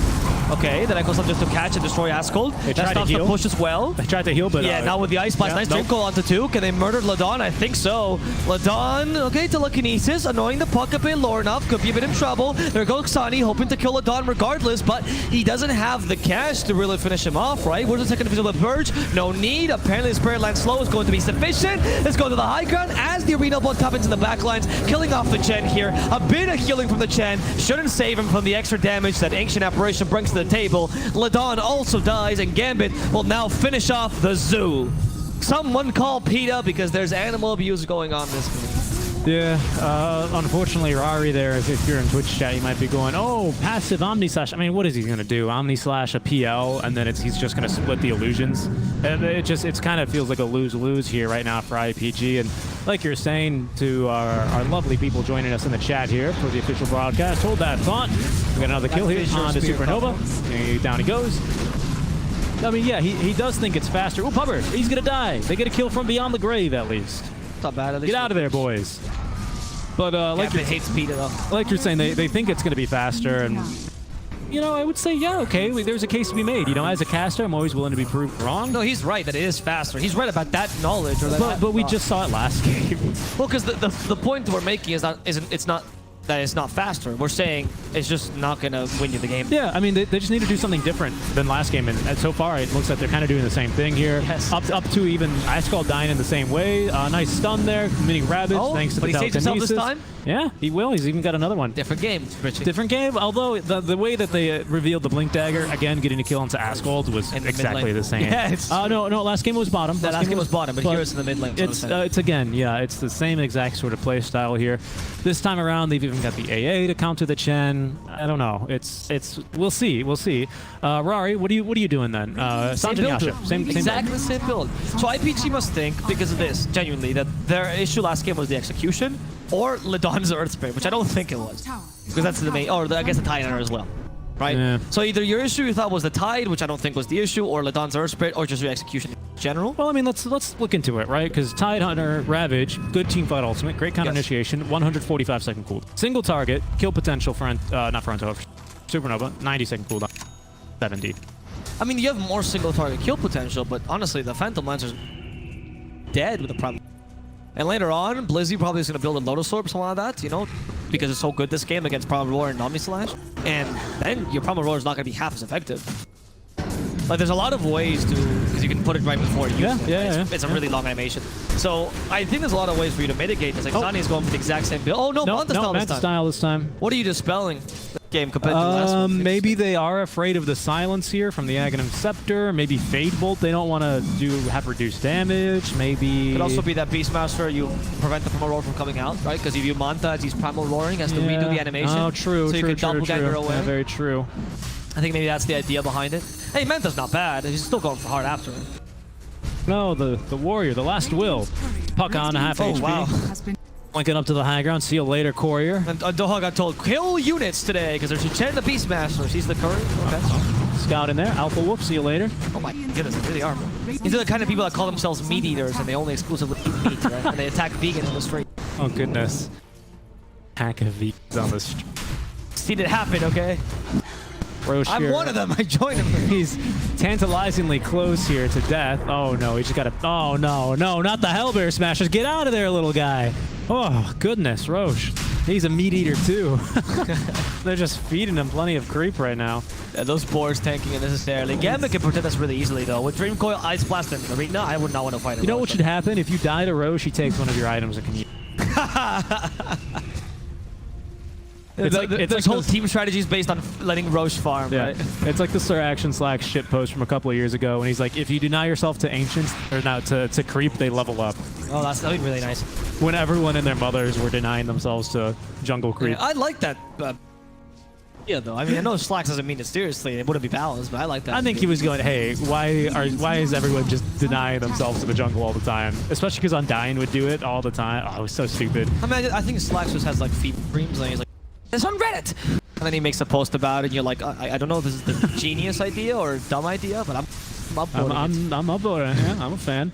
All right, well, I'm reading his voice now every time I post, and first thing I check is his name, and I just read it. S&Y finished for Rari. Okay, Let's hope this game it's better than. I mean, it's the same. It's farm difference as well. Yeah. It was around 2K at this time. Now we're going for the heart. I mean, it's feels like at some stage. I mean, they're even on the same sides here, so. You know, I always like to say sometimes they get confused and all the games blend together, but I think it's going to happen in real life. It's going to be like watching a Christopher Nolan movie. Am I casting the last game, or am I casting this game? Or am I casting the next game? Actually, if you watch this whole best of 3 series out of order, it still makes sense. Still makes sense. That's the crazy part. That's the crazy part. Well, with the Ag soon to be made for Asgold, I think you stand a pretty solid chance now with this Ag Speak and the Sanjin Yasha maybe with the Mjolnir as well to actually. It's got to be before the heart, though. It's got to be before the heart. Because the heart was the turning point there. Last game for Gambit, where they were like, okay, I guess we can't kill the PL. Yeah, you guys will remember that kind of clown fiesta. He got it 23 minutes in, by the way. Well, it's going to be a bit slower this time, right, because of the Manta. But you remember the last fight where they fought this way, and then they fought this way, and then I think like Earthshaker respawned or something, and then, no, the puck got a good coil. I don't remember how the fight ended. Either way, like, it was a good fight at first for IPG, but since it was so long, they had all their abilities again. Oh, they're going to miss on... Oh, wow, he ran out of mana. Yeah. He ran out of mana. Yeah, he couldn't do anything there. And they actually go for more. They do finish off Lorna in the backline, sorry. And I think now the PL doesn't have any of the useful catch there. Rubik managed to get away with a Waning Rift. Not for long though. That was a huge range on Waning Rift. Almost looked like a blink there. Earthshaker's finished off with the Omni Slash, but they're just catching freebies all over right now. Yeah, the support sacrificing themselves here. Xani pretty much unkillable. They have Puck back thanks to his buyback. They're using an illusion to discover the high ground and let Roshan go. They don't want to force this without the Earthshaker ready, and he doesn't want to buy back if needed. No, he doesn't want to buy back. He wants to get the... He's got enough money for it, so he's like, guys, either I have Shard right now and we fight, or I don't have Shard. Also, I want to point out to the Jugs build, and again, against them. Last game, Maelstrom made even more sense because of Timber Saw, so the mixed damage was really useful to at least deal with Saw as well. This time, the only purpose of Maelstrom is for you to farm and to deal with PL illusion.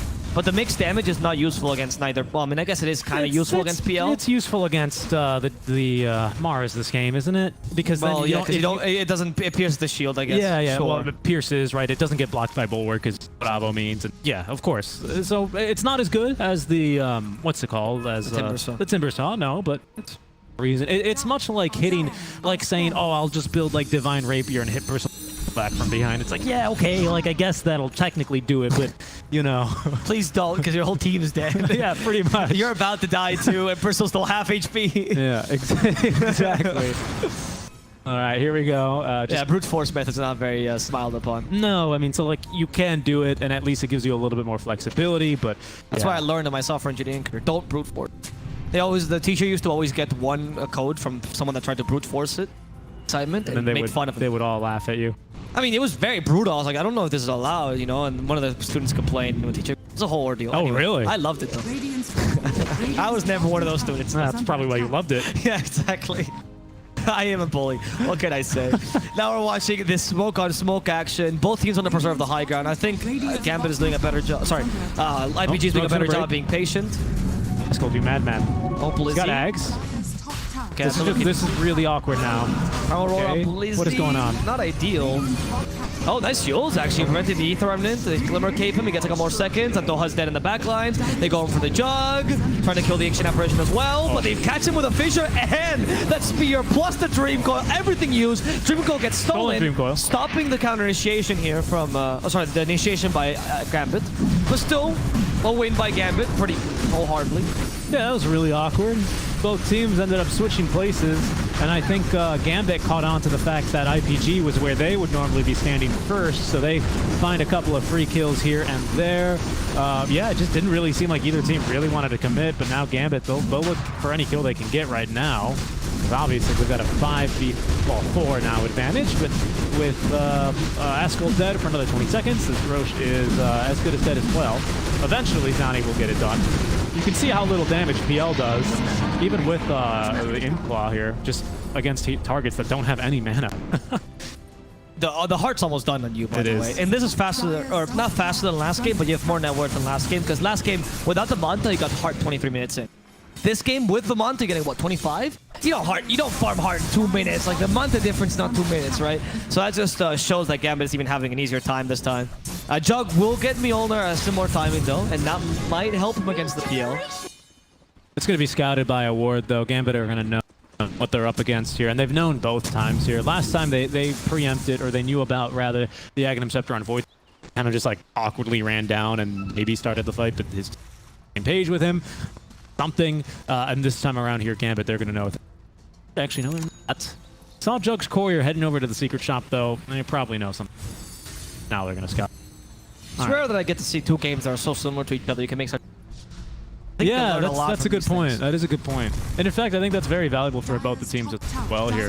Yeah, I mean, you know what? I'm going to say, if you're a bettor, you should be watching these two games particularly, because this is the best way to know how the teams like to play and what they like to do, what their mistakes are. He's got a good point. He's got a good point, especially considering you can see how teams react to different situations, right? We always say, oh, it's easy to say that they shouldn't have done this because we have the ability to, oh, Radiant Vision, Dire Vision, All Vision, right? Where these guys, they only got their own. Exactly, which is why a lot of the times when you see IPG make a quote-unquote mistake, that we can tell it's a mistake because of all the vision we have. It's hard to tell if they can make that choice, right? IPG, though, they're going to have another big item for themselves. I think they got a really, really powerful moment right now. Heart about to be delivered. Blink Dagger for Blizzy about to be delivered. Do we have Ags queued up? There's Heart there. Nice, well, Foxani. No. Same as last game. Yep. Remember, he went to surprise BKB, which was a really good pickup, by the way. And last game, it was a bit more useful because you were up against an Earth Spirit. This game against Beastmaster and sorry, Earth Spirit is tied. This game against Rubik Beastmaster, it's okay. But still a good pickup, I think, against Void Spirit particularly. Tower for tower. Do you want to really take a tier 1 off lane for the tier 2 mid? I think it's an awful choice. I think they're not very... I mean, it's only 3k the net worth difference here, but really we know that it's a lot more effectively, right? Or at least right now, that's not incredibly a relevant stat, right? Yeah. That's like saying, oh, well, let's see. I mean, Jug's got 214 last hits. He's only 50 behind. That means you can fight him, right? Nope. Nope. Not right now, folks. That's why we stopped using last... Yeah. Bye-bye. Fear of Mars. Yeah, they're going to get the D ward too. I don't know if Antoha is that useful anymore. So I mean, the burst healing is really nice, though. Oh, yeah. Okay. That's always... the mech carrier. Well, and, you know, Hand of God. But yeah, definitely. Sure. Okay, so they're going to TP back the Earthshaker, as now Rari will be forced back. TPing back. And they see the Jug, and they use the Ice Blast here. That stops Supernova's TP with a Fissure. That's a valuable kill. They have the shard as well. They killed the units without even meaning to. They were actually in the fog. God's Rebuke just murdered everything in his path. That's amazing. Sonic continued to push, by the way. Yeah, I mean, why not? He's got hard Aegis. His passive works on towers or buildings, of course. His team's running back down mid lane as well. Puck is going to be the first one to arrive. We'll make the jump now onto Rari. Great silence. He's got stick. Mechanism will keep him alive a bit longer as he retreats further into his base. Sonny has Aegis still, so he does. I guess you haven't taken a tier 2, so that's why probably you go back. But this shows the dominance. When you just took a tier 2 mid, sure, you have Aegis, but instead of going for the rest of the tier 2s, you go immediately to high ground. Because you have that facility. You just know enemy team cannot fight you right now. Yeah, it's real important to look at the super creeps, because it really reduces the amount of gold in enemy bases. Like, you don't... Like, we've seen comebacks, especially with, like, PAs in the game, when a team is kind of just forcing them to turtle, and they just keep giving them wave after wave after wave. It's so much more efficient to give them super melee creeps, because the bounties reduce quite drastically. For gold and experience, actually. You farm way slower. Yeah, that's true. That's why taking the super creeps is so valuable. Sunny, I mean, he's just not deterred by anything. No, they keep throwing stuff at him, and he's like, okay, dispel, easy. Arena of Blood, this might catch a Jug, he's in trouble. Can they finish him off in time? They win Griffin, Dream Coil as well. Ice Blast is not even needed. They killed him before it even hit. And now we puck with BKB. Echo Slam onto 2, which just stops the initiation from IPG. Jug had to buy back, did nothing with that buyback just yet. Sonic could be in trouble, purged up. No, he has Aegis still. He doesn't care. I mean, and look, you know, Excess Vampire went in for a little bit. Pubber's just chilling over here. He's having a nice vacation, sipping on his drink. I mean, this game is just so hard right now for IPG. So easy for him, to be honest. It seems like Sonny is pretty much God right now. He's immortal. They can't do anything against him. That's not just because of the Aegis. Level is he? 21. Yeah, it's just the thing is, it doesn't get any easier from here. No, that's the thing, right? As a Phantom Lancer, actually, your real power spike, like the strongest power spike Phantom Lancer has in the game, is level 25 with a Doppelganger CD. Or the critical strike if you want to finish the but usually Doppelganger CD. That is just an absolute win for Phantom Lancer. And I cannot imagine Rari ever doing anything. Yeah, I don't know what they do against him. I mean, your best play right now is hoping Rubik can steal Dream Coil, and then maybe while also committing Omni Slash, Roar, and probably just Hand of God just to be safe. Maybe then you can actually kill this PL. Because right now they just don't have anything against him. Last game, you suggested the last pick instead of the Tidehunter. You wanted to see the Pit of Malice Underlord. Didn't see it. This time around, they last picked the safe lane Jug. It's kind of looking like the same game from game number 2 here. And IPG, they're going to be a little bit upset with themselves, as this would, you know, clearly define an 8th place person in the stage here for them. They don't want to be in that. Of course, new blood for the most part for IPG, so they're not too unhappy with this. We still don't even know what rules the Asian League is going to follow either. Rari. Okay, Mjolnir used on himself. Until has already dead. With a Blade Fury, can he get away? That's actually really well timed. Spirit of Mars. Blizzy recovering from hit number 1. And that's going to be Rari using his Omni Slash towards the end. And they break it. They can't for now, so he survives. He actually deals a fair amount of damage, but ends up dying to the PL, who just tanks it. Yeah, there's the GG. They accept it. I don't think this was the best performance of IPG. No. Doing the same thing as the game you just lost, I don't agree. I think their analysis of the last game, which was we lost because of execution, or alternatively, we lost because of Tidehunter Earth Spirit, was not the correct one. Tidehunter and Earth Spirit were not bad that last game. Your execution was not too bad either. It was just that you put the Jug against Phantom Lancer. They picked the Phantom Lancer actually against your Jug.